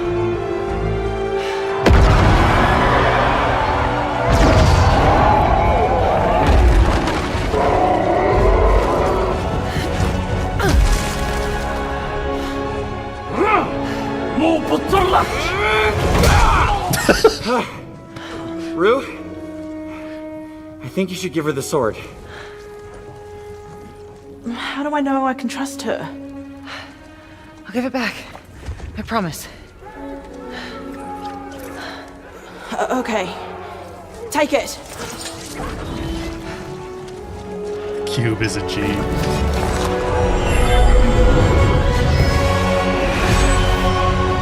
Nice.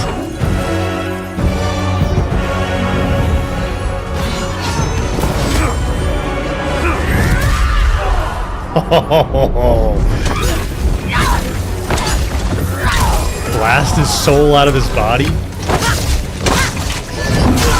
Whoa, dude.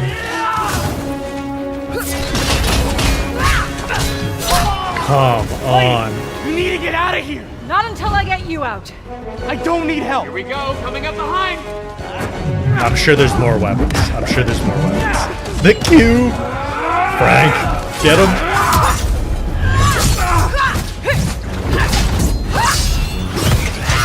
Oh my god! Of war!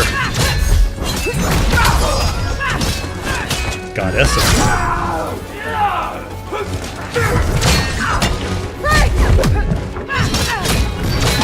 Break and bounce him!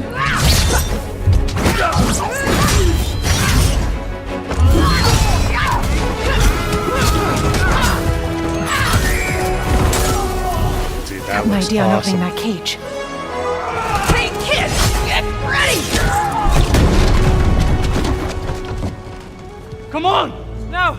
I love how they have funny companion characters in these but games. Lady, that sword, it's more than you think it is.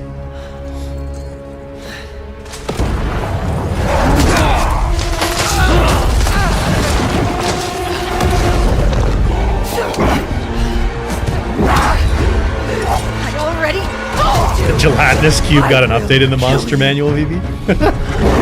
Frank. Don't make comments that you can't keep, Gotham.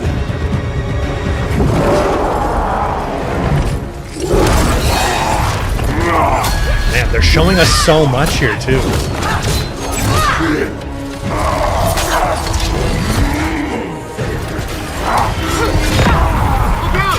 Try again! Faye, focus! Traitor! I will wrench you sweat by sweat! You don't know what you wield. What is it?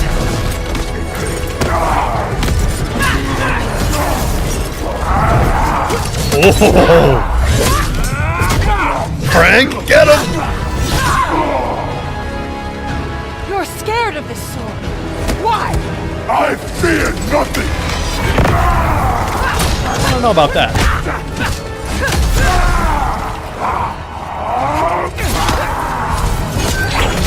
Dude, this looks freaking awesome.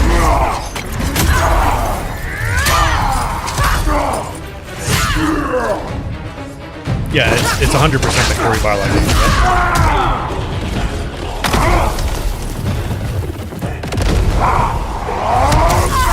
That was cool. Just give up! I don't give up! Oh my god!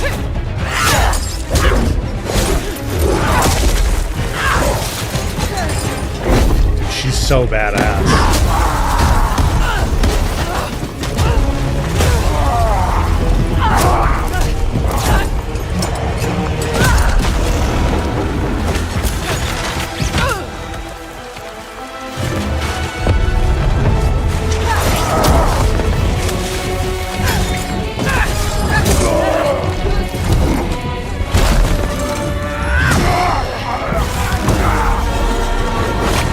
Oh man.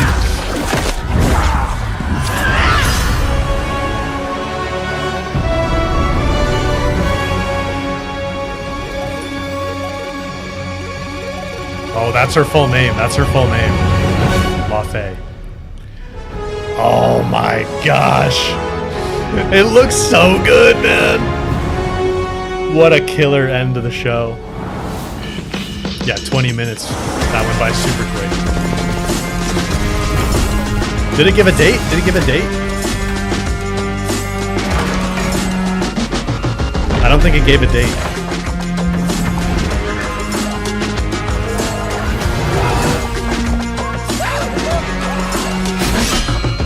No date? Oh, it's probably 28 then.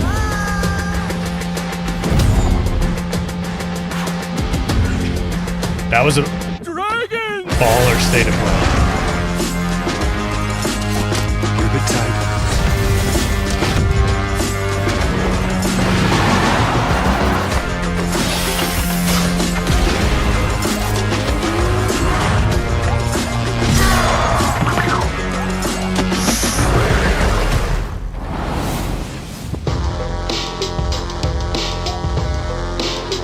That was awesome.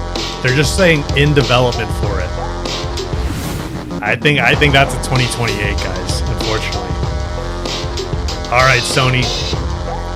That was solid. That was solid. PlayStation. Very solid. No intergalactic, but I'm sure they're saving that for the next one. Really good show. That was awesome. That was awesome. Let's check out the blog. PlayStation blog. Man, that was so we had. Is it not up yet? Control. We didn't see Kana. Maybe that'll be at Summer Game Fest on Friday. I'll be concerned if we don't see it on Friday. Then it's maybe like slipping to 27 or something like that. Tomb Raider. That was awesome. Wolverine looked great. Control Resonant looked great. God of War LaFay looks great. Am I saying it right? LaFay? Hopefully. We'll have to learn how to say that properly. So what was the... Did they give us a... It was February something, wasn't it? Oh, some different outfits for Lara. That's cool. February 12th for Tomb Raider. Until Dawn 2. Wolverine is still September 15th, right? I think they said that at the end. Yep, September 15. Early access, classic brown suit, early access claws. So there's going to be different claws that you can get. An additional technique point, PS4 avatars. Whoop, let me go back in there really quick. Garrett, well, good to see you. Good to be here. What am I saying? I'm just blown away by all these trailers. Good to have you here. Thanks for dropping into the stream. Have a good night.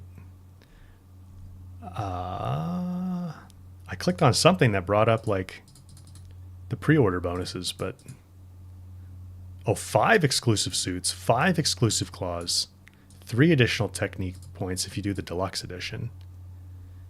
So then you got the pre-order bonuses. Oh, weird. They actually don't have the image embedded there. So there's your suits.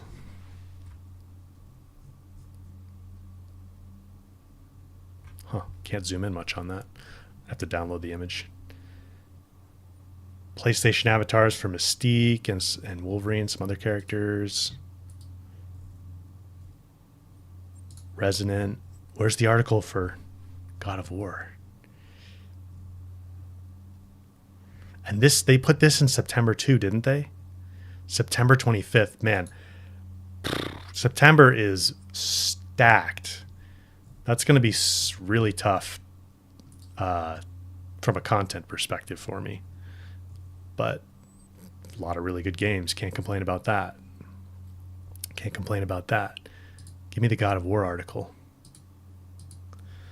Yeah, they didn't give any kind of even a release year at the end of that, did they? Oh, what you will. What?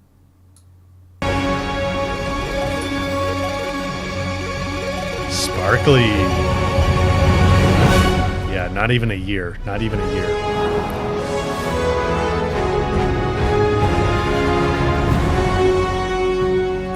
And then here, whoops. It just says in development on there. Wolverine 2026, Tomb Raider 2027, Control Resonant 2026. Yeah, I think it's maybe we get it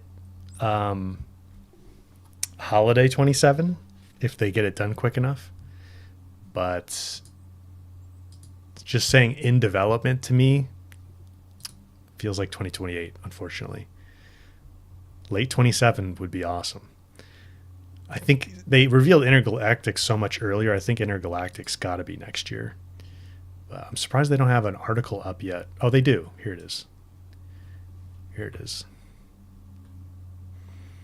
I like the artwork too.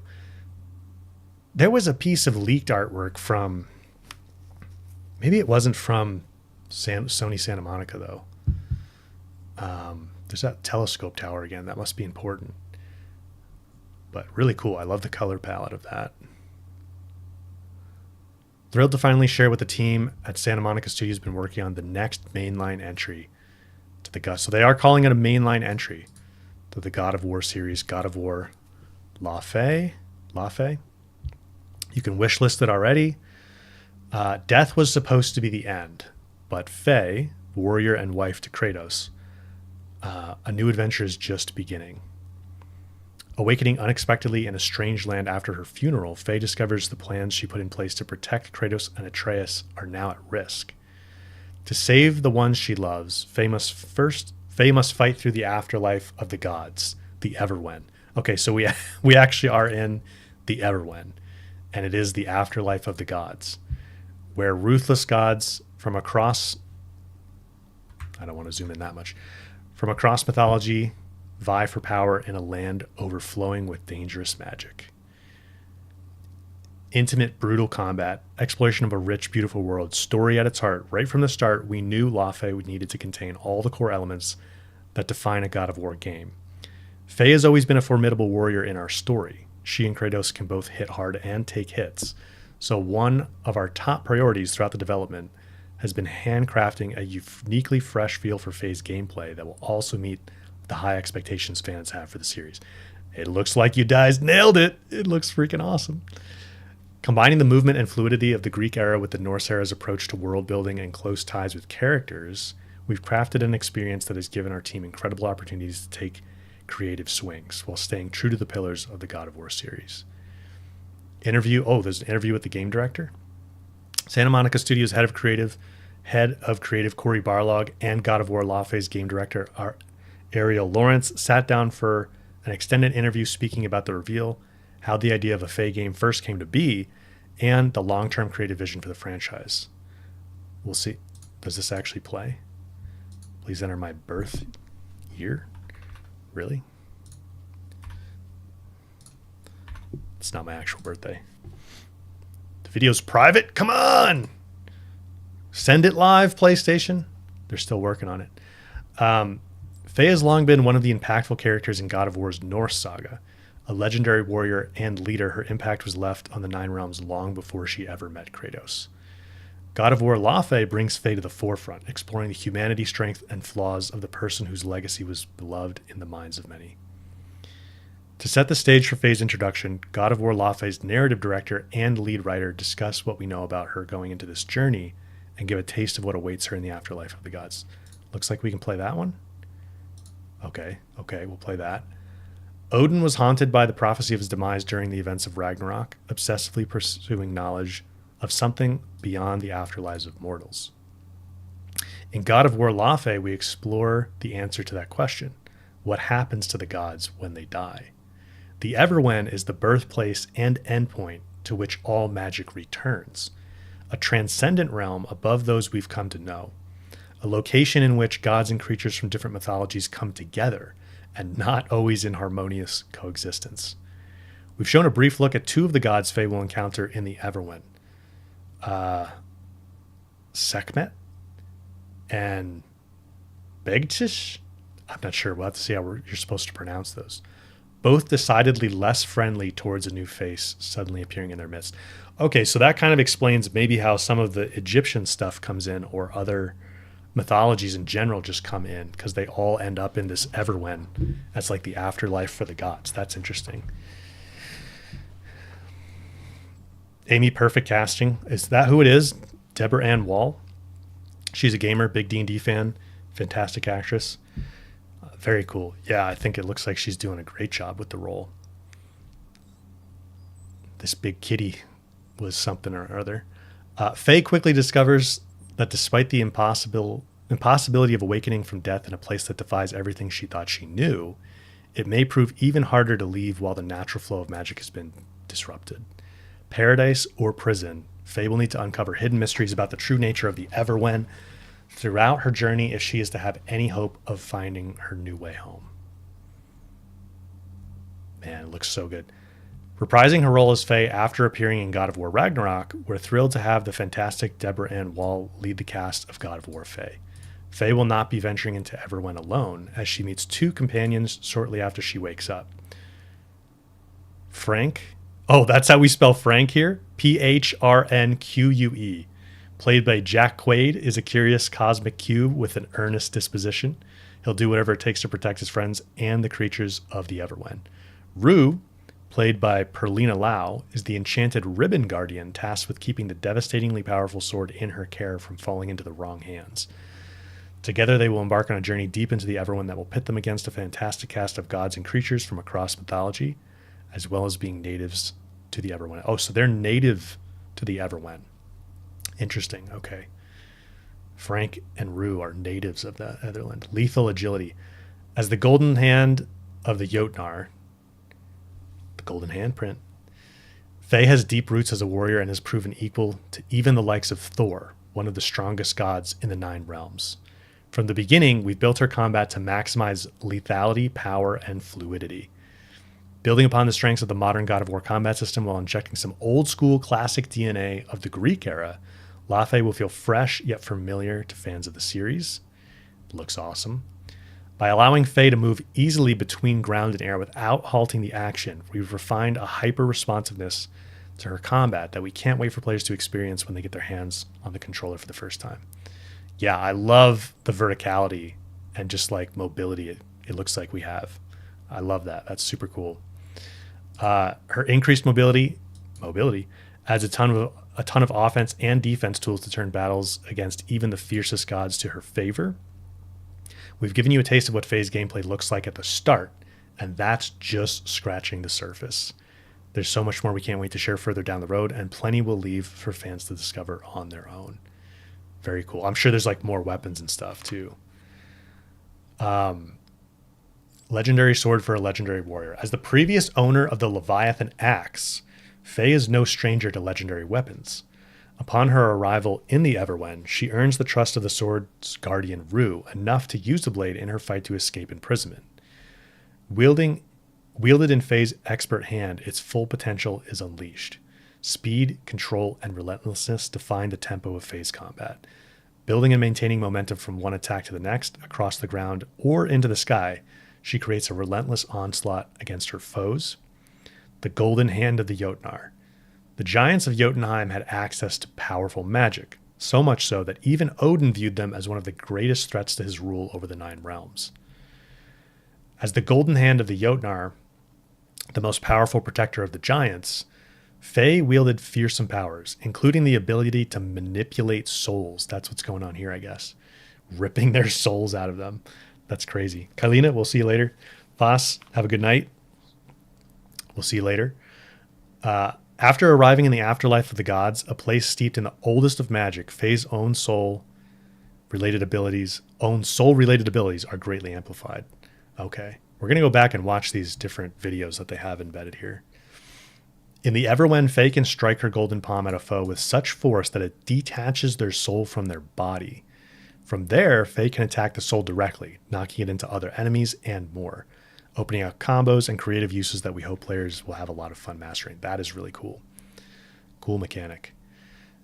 I like how it's like still attached by like those like glowing tendrils as well.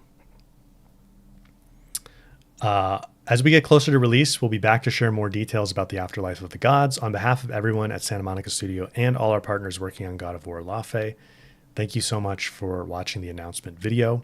We appreciate all the support fans have shown for this series over the last 2 decades. Hope you enjoy what we have got coming next. Okay, let's go check out these videos. Meet the cast.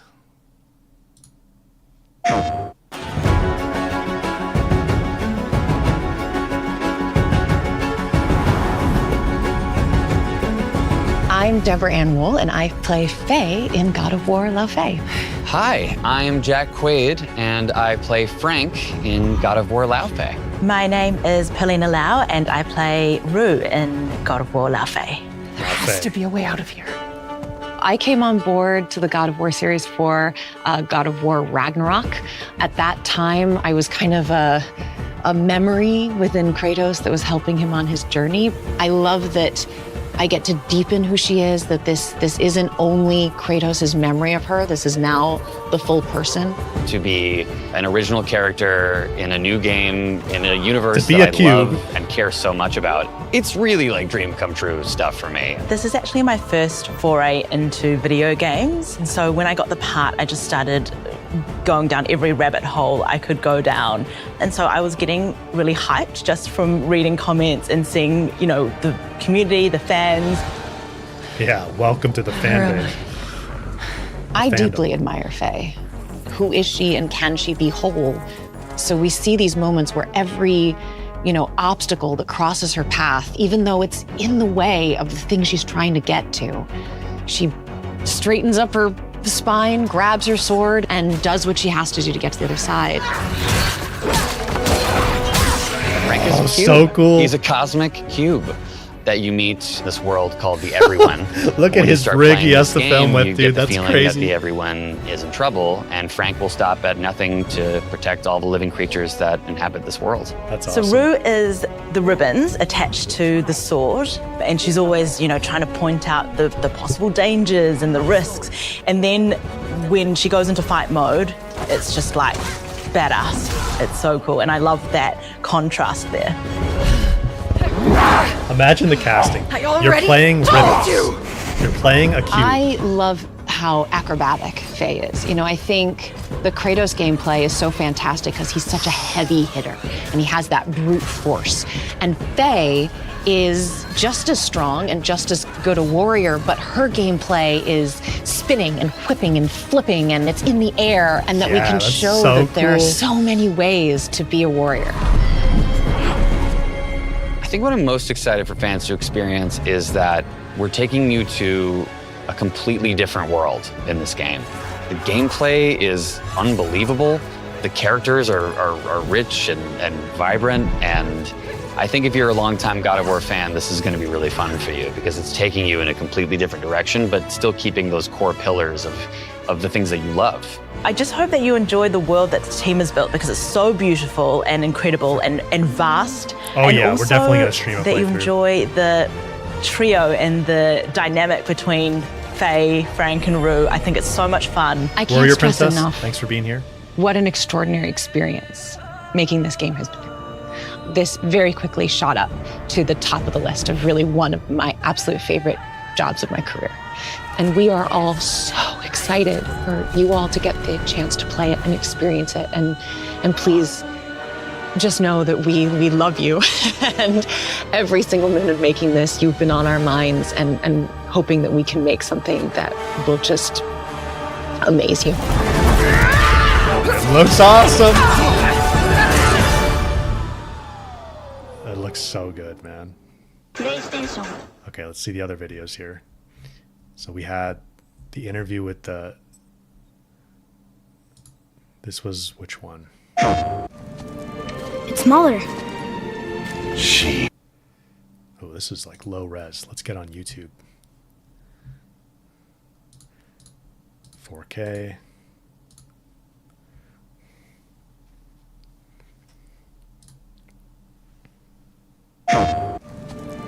It's smaller. She was fearsome. Damn fine woman she was. Apart from her taste in men, of course.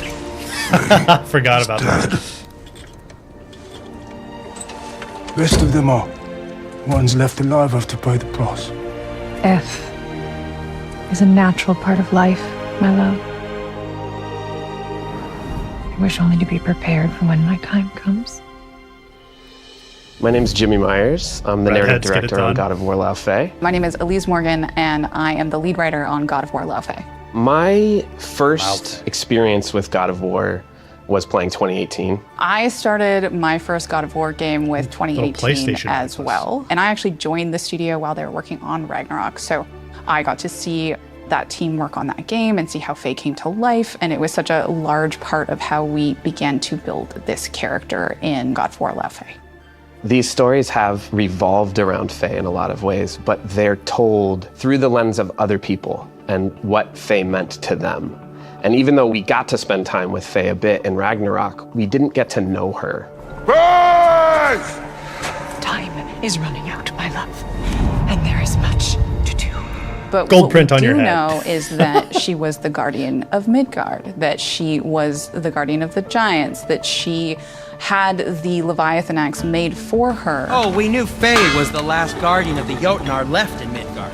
That's why we made her the axe. We hoped it could restore the balance of power. But we also know that she met Kratos at her lowest point, that she had Atreus with Kratos, that she taught Atreus everything she knew so that he would be prepared.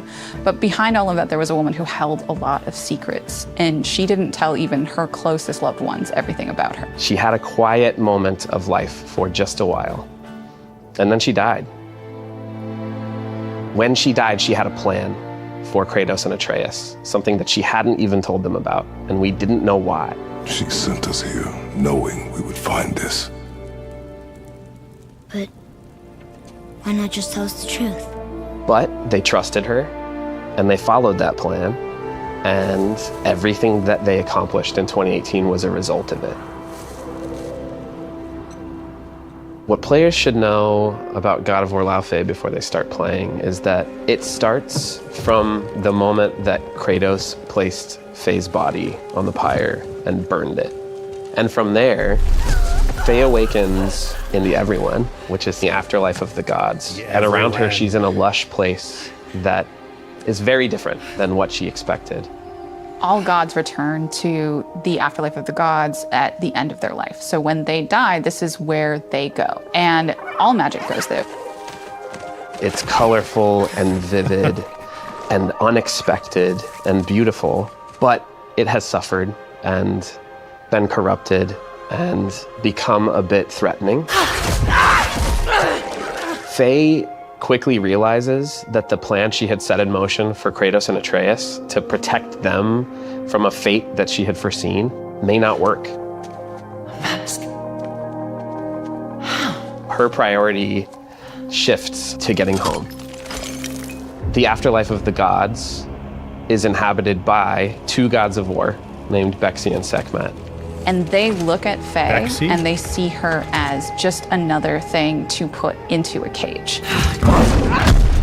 Fei realizes that she has a pretty big challenge to overcome in freeing herself from their grasp. She meets the Cosmic Cube Frank. She meets Rue, these ribbons attached to a sword, and she's saying, let me help you. Let me help you through this. Let's do this together. And that is going to be the group that helps her find her way home.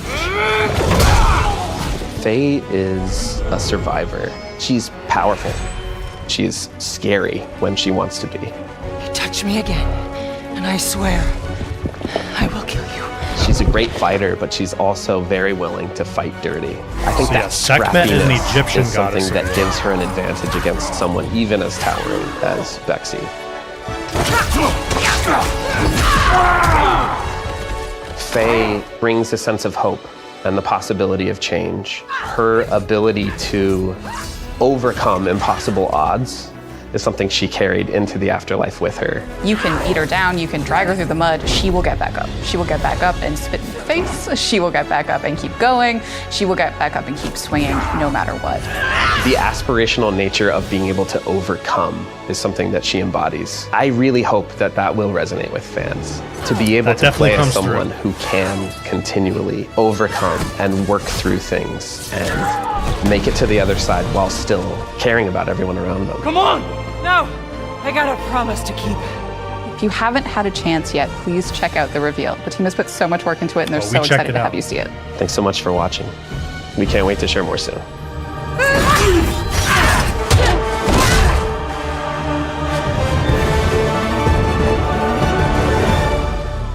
They might be holding this for, well, they have the PS5 logo on there, but they may be holding this for like release with PS6, 2028 or something like that. I hope not. I hope they're not going to wait that long, but they might. All right, is this one up yet? Yes. Go to YouTube for it.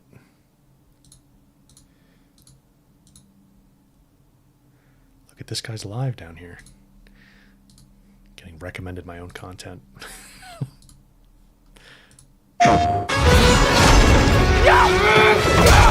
This is 24 minutes long.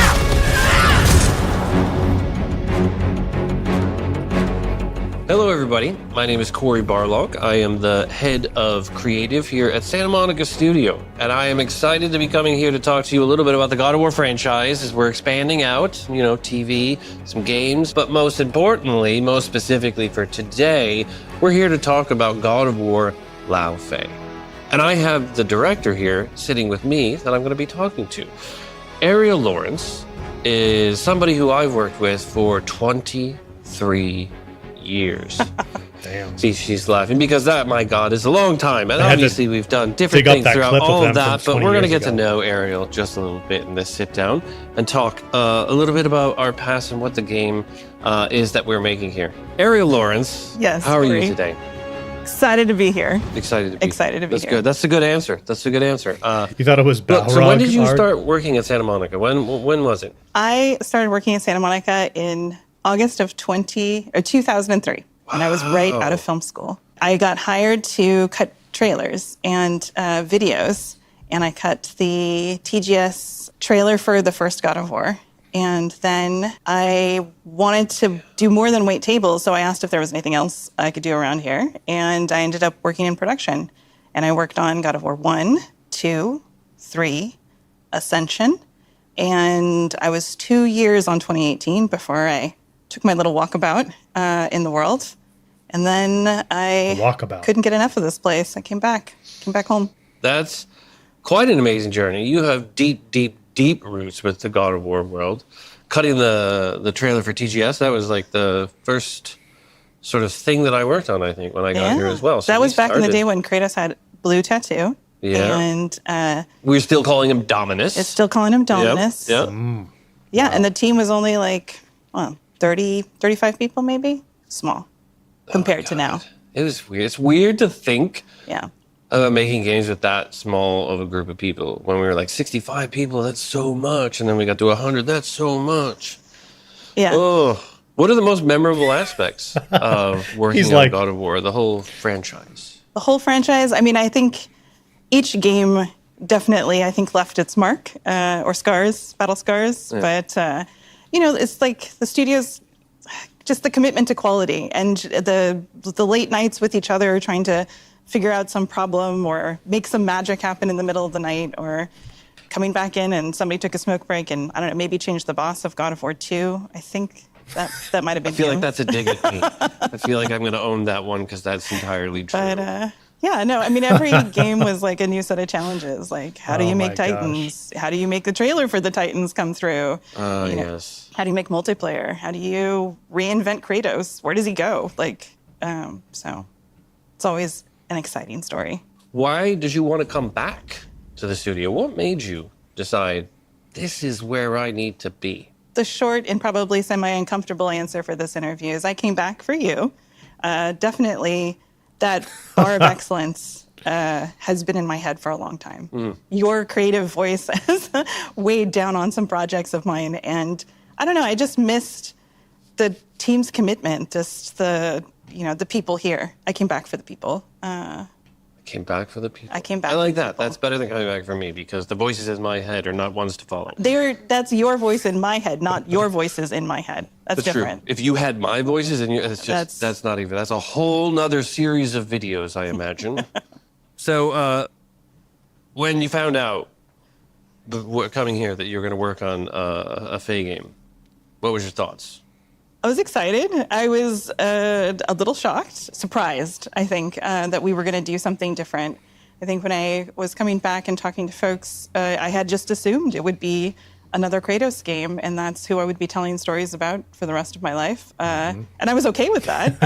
But I think finding out about Faye and just seeing somebody whose journey that we could really explore and turn new pages on was exciting. Looking at the world in a different lens was exciting.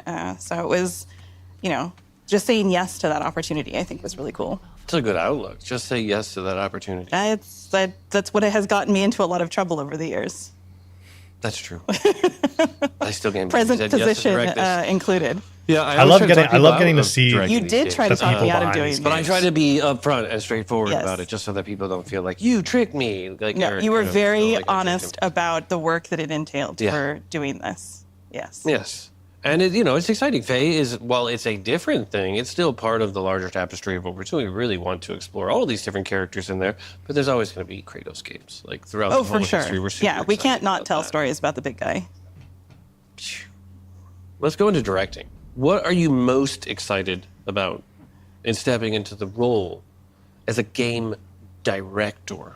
There's like a fine line between excitement and being terrified. I think I'm on the edge of excitement most of the time. A Thrud game? That would be cool. I think being able to be curious about everything on the game.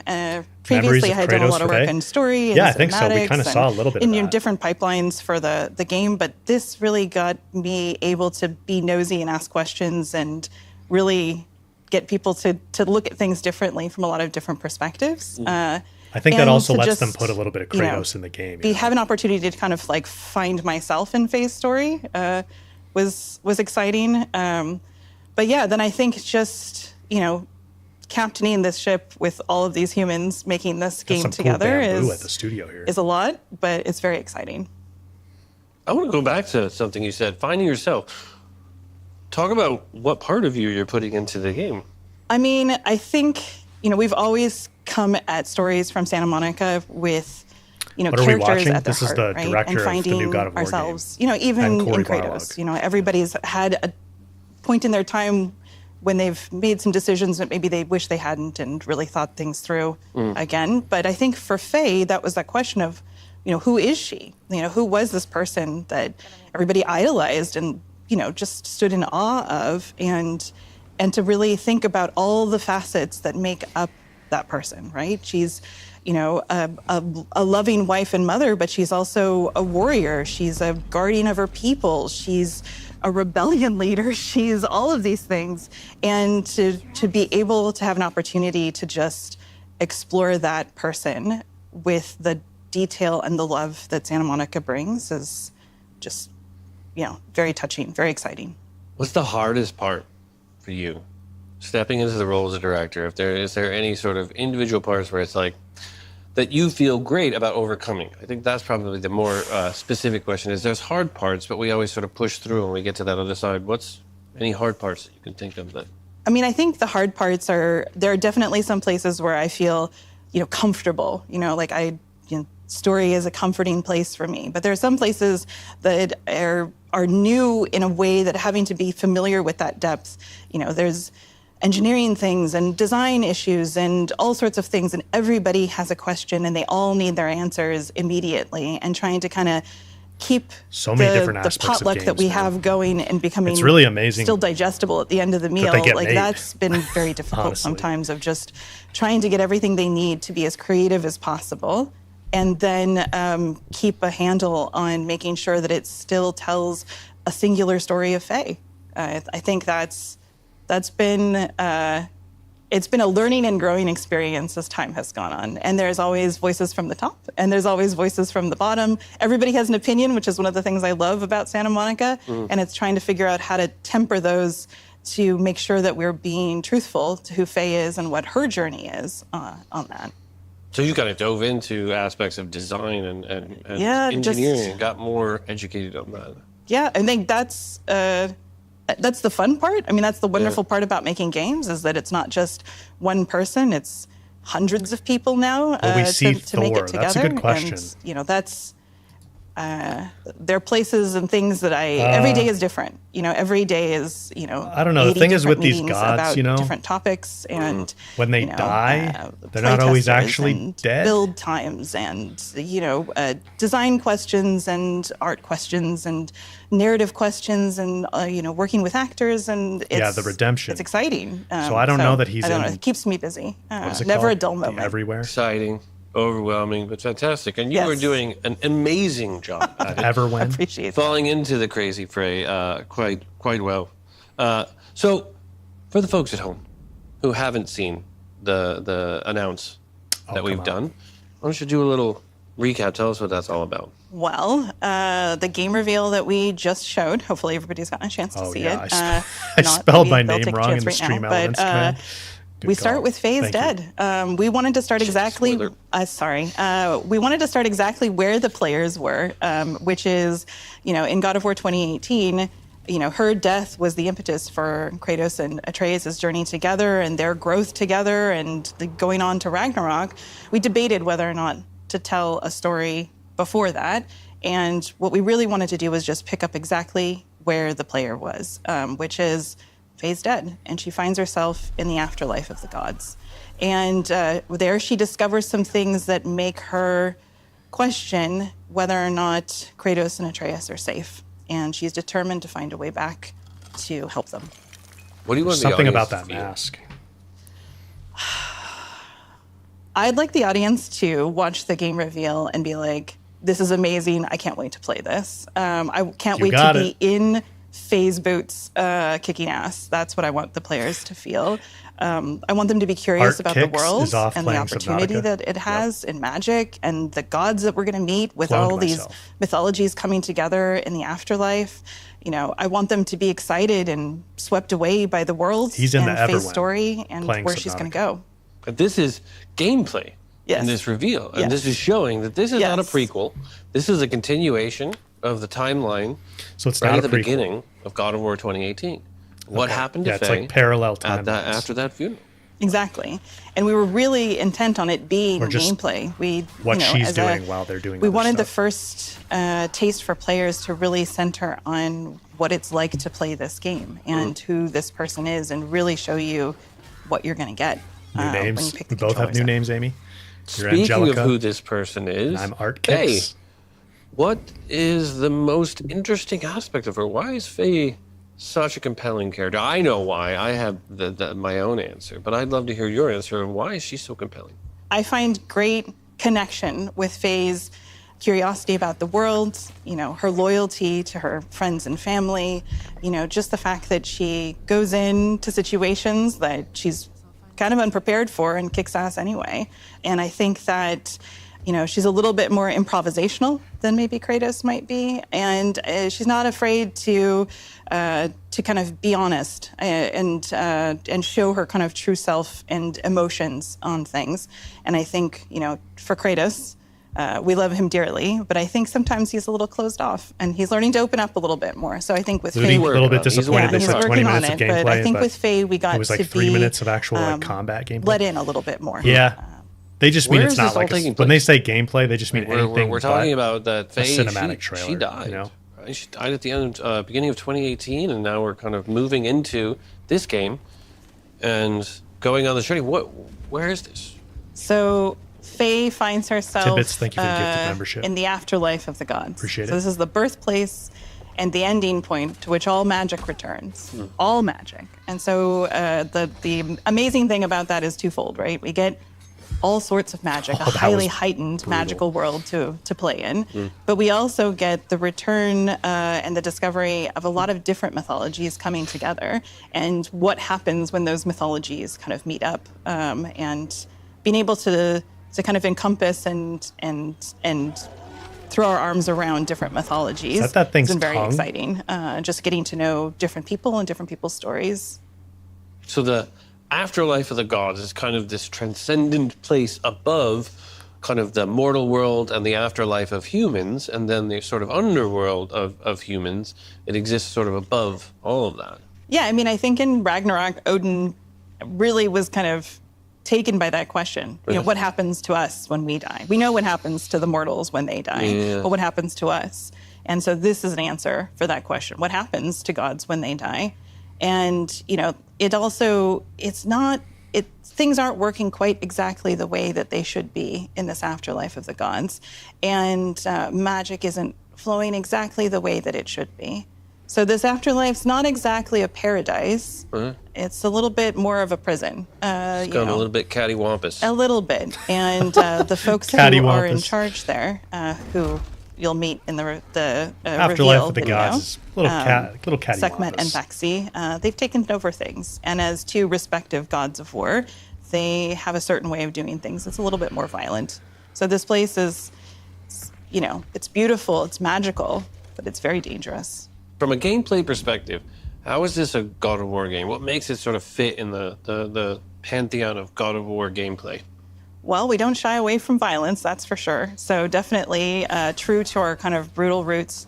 But I think more than that, you know, we're focused on Faye and telling her story and just really exploring the world through her eyes. You know, that journey of her character and how she comes across this world.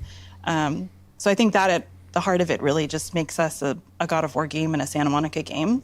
But, you know, Faye affords us a few more opportunities than maybe it's a good question. Kratos Is she might. technically a Faye god is a little or bit more not? agile in the world than Kratos is. I mean, within and she certain has a mythologies, healthier like, relationship, I think, than with magic. She Different doesn't beings quite can like the, past ascend that to Kratos godhood. has. So She's maybe more that's of the kind of what we're embracer saying magic, here. whereas Kratos is the skeptical user of magic. Yeah. So definitely being in a world so filled with magic, you know, we can really lean into that with Faye. And, you know, we want to stay true to the hallmarks of a God of War game, you know, just that close, you know, combat, that agility, the exploration of our world. Yeah, it might be part of the story to like these are all things find that out that she's like ascended to godhood. That sort of brutal, kind of intimate gameplay that we've been sort of refined through each of the iterations. Yeah, Allie, she is a taking it giant. one step further and taking it one step further.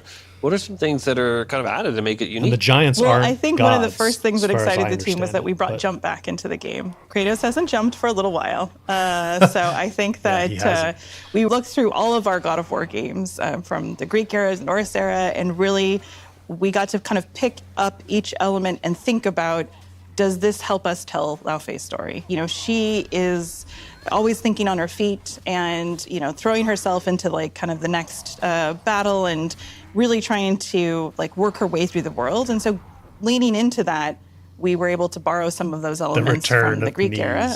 Just, you know, the movement, the fluidity in there, but then also couple that with the Norse era, you know, like the way that we approach the world, you know, our close ties with character, you know, Faye's relationship with her companions, like all of these things. Man, they've been cooking this for a kind of long led us time. to this new version that is uniquely Faye.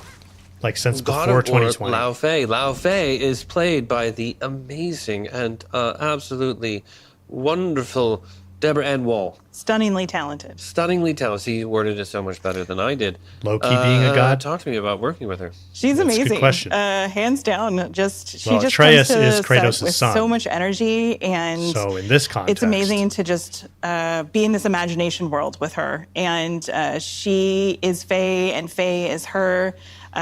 She's also like amazing in the VO booth. Just one of like the best actors I've worked with in the booth, and just dude, she's brings gonna everything kill to it. this role. Yeah, leaves no stone unturned. Consummate professional. Consummate professional. She's just a lot of fun to be with too. Yeah. She is a joy. And what about the illustrious Got to get a new Jack camera Wade? after I move. Everybody in Lao Fei is fantastic. Yeah. Jack Thank is you, very guys. excited, which is amazing. And This camera's Paulina, autofocus our is Rue getting- character, I don't know what's is going on. also It's pretty old camera. also amazing. And Who's your favorite? I can't pick We're favorites. putting you got to pick a favorite. I'm I sorry. can't pick favorites Look, on there's camera. 3 They'll come cameras for here. me. You have to pick a I still favorite. have to finish this game. I can't pick favorites. Yeah. We won't show it until after I've heard you that one finish the game, before. but you got to pick a favorite. If Uh-uh. you had to pick a favorite, gun to your Corey, head, you're my favorite. that's the correct answer. Thank you. You've been watching Dev Talk, and I am her favorite. That's right. Yeah, I don't know who I would pick. I don't know. And I've only met like each one of them on a Zoom call. I know, like I was able to participate in the They're all a lot of fun. mocap thing via Skype. And they work so well together. Really? Like, just good energy. It really is a delight. They're using all Skype. are. Yeah. Really, we He probably like meant something you did us a solid. However many years. Does anyone ago, still getting use Deborah, Skype? as Faye? But she is wonderful. I am a huge fan of all of the work that she does. And the work that she's done in this is second to none. Just truly amazing. But you've been asking a lot of questions, guess- Corey. Why did you want to make a Faye game? Because when I I guess came back to the Microsoft studio, owns Skype, didn't the it? Faye So they game was made already in Teams and they kind process. of So deprecated what about Skype, I Faye guess. did you want to do? Like, what about Faye was interesting for you in terms of telling her story? I think Faye is one of my... She's in my top 3 favorite characters, right, of the entire franchise. And she is just such an interesting character with how much she was an orchestrator of Kratos and Atreus' journey. For me, a warrior who has sort of touched such interesting parts of the past history of God of Microsoft War. Communicator. Moving to a Faye game and kind of seeing it move forward, rather than saying like, hey, let's do a Faye game, which we did explore. At the beginning, we were like, let's do the time before, so we can really see all these cool moments, like when she was making the axe with Brock and Sindri and So they all did explore that. the drama that happened with that. But ultimately, the most interesting part was really to tackle like, hey, what happened when she died?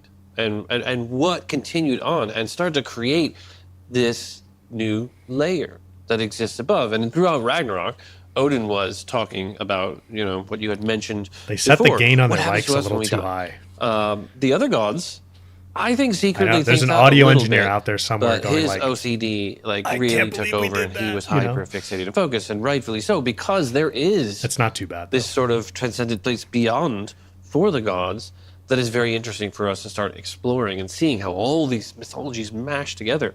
And then that sort of guide being Faye and seeing that difference of like, look, Faye was a warrior of equal sort of excellence, but also damage, right? When her and Kratos met, they were both pretty messed up. Yeah. She did not have a good exit from her people. Things No. went south. Yeah.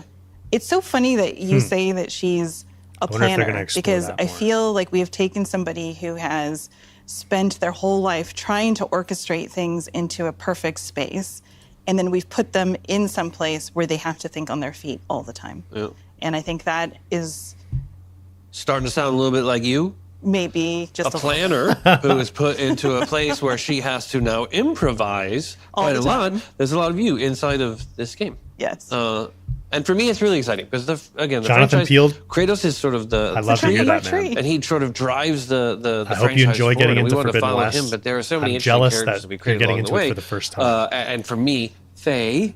And yeah, I hope you find the videos helpful. You know, Sindri are to me the two most interesting characters. Definitely and stop I by love the all the other Discord characters. So all the other characters are if you wanna amazing, ask and it's not that I don't love them. It's just that they have very interesting,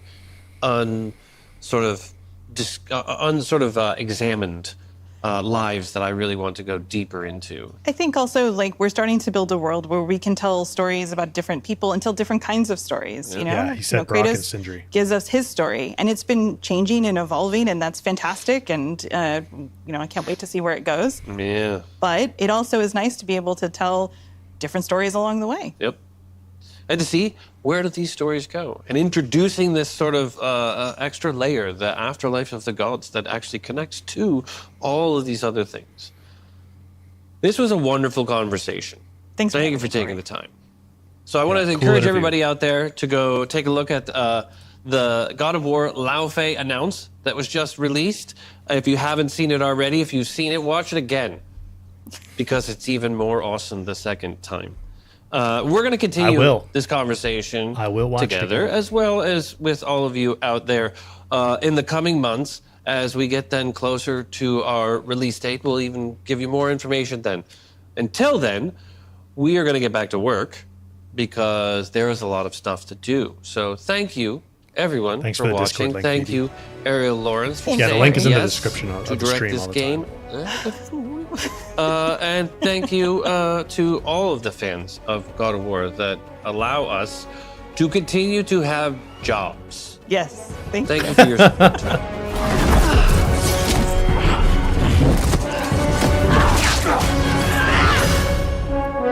Looks awesome. Looks awesome. I think that was the only other video to watch there. Man, good state of play, huh? I thought that was a really good one. I am still very interested to see Intergalactic. I'm surprised we didn't see Kana. Unleash, we'll see you later. Thanks for being here. Yeah, I'm surprised we didn't see Kana, but maybe we see it on Friday. So we're going to do another stream Friday for Summer Game Fest. That'll be another big show. Not PlayStation specific, but it's always another big show. Kind of like middle of the year Game Awards, if you guys haven't seen it before. Yeah, and then this weekend, I guess Sunday is the Xbox show. I don't know. If I hear from a lot of you guys that you want to watch the Xbox show together, I could, let me know on Discord. And if enough people say something about it on Discord, maybe I'll schedule a stream. I kind of wanted to get back to Subnautica. We really need to get through these games faster on stream. I know I kind of draw them out. I don't really intend it for it to go that way. And I want to make it a goal once I get past my move here, because I've told a lot of you, I'm moving soon across the countries in a few weeks. I really want to stream more often because I want to get through games more on stream. And then I also want to experiment with reposting playthroughs of those that I put together into one massive video, so it's easier for people to find. I'm not quite to that point of figuring out how I'm going to do all that yet, but I'm interested in experimenting with that, but also just streaming more often so we can get through games quicker because we have so many things on the backlog and so many games coming. But yeah, really good state of play. I thought we had some really good reveals and updates there. I guess not too many reveals, but updates. Obviously, Faye. Witcher 3 stream, that'll take all year. I do want to replay The Witcher 3, though, before the new DLC, but definitely before The Witcher 4. But yeah, kind of now because of the new DLC coming as well. I haven't played that game in a very long time. So we'll have the stream on Friday for Summer Game Fest. And so we'll check out that together. That'll be fun. And then I will probably, I'm not sure yet, but I'll probably schedule a regular stream so we can just keep moving through Subnautica this weekend. And then I'll have to kind of play it by ear after that because I'm going to be moving the week of the 15th and the 22nd. It's not going to take me 2 weeks to get across the country, but it's going to take me a few days of driving because we're driving. So it's a pretty big move. We've been preparing for it for a while. Allie, thank you. Appreciate it, brother. Appreciate the kind words. Yeah, it's going to be quite a bit, but I'm excited to get to the new place and get set up there. And then we'll be back to videos, streams, all that stuff. Summer Game Fest on Friday. If I get a stream scheduled for this weekend, of course, I'll announce it like normal. Hope you guys enjoyed the State of Play. I thought it was a good one. Thanks for being here. Always fun to hang out and watch these together. And if you're not on Discord, definitely come hang out on Discord. I'm always on there, and we can chat about stuff. Games that are revealed, games that we're playing. Assassin's Creed Black Flag Resynced. I'm definitely going to be playing that and making content for that. That's early July. That's probably the next big one. The Gothic remake is out on Friday, but I don't know how big that's going to be. But AC Black Flag Resynced is going to be cool. Allie, you going to watch the stream back? Yeah, enjoy it, man. It was a good state of play, really good state of play. Wolverine at the start, like they said. All right, guys. Enjoy the rest of your week until Friday. I'll see you guys on Friday for Summer Game Fest. Appreciate y'all being here. It's always fun hanging out. Yeah, the unpacking, Amy, will be a big thing when I get there after the move, but it'll be fun to get set up, I guess. Hopefully. I might just be completely exhausted and leave everything in boxes for a year. We'll see. All right, guys. Take care. Thanks for being here for the stream, and I'll see you on Friday.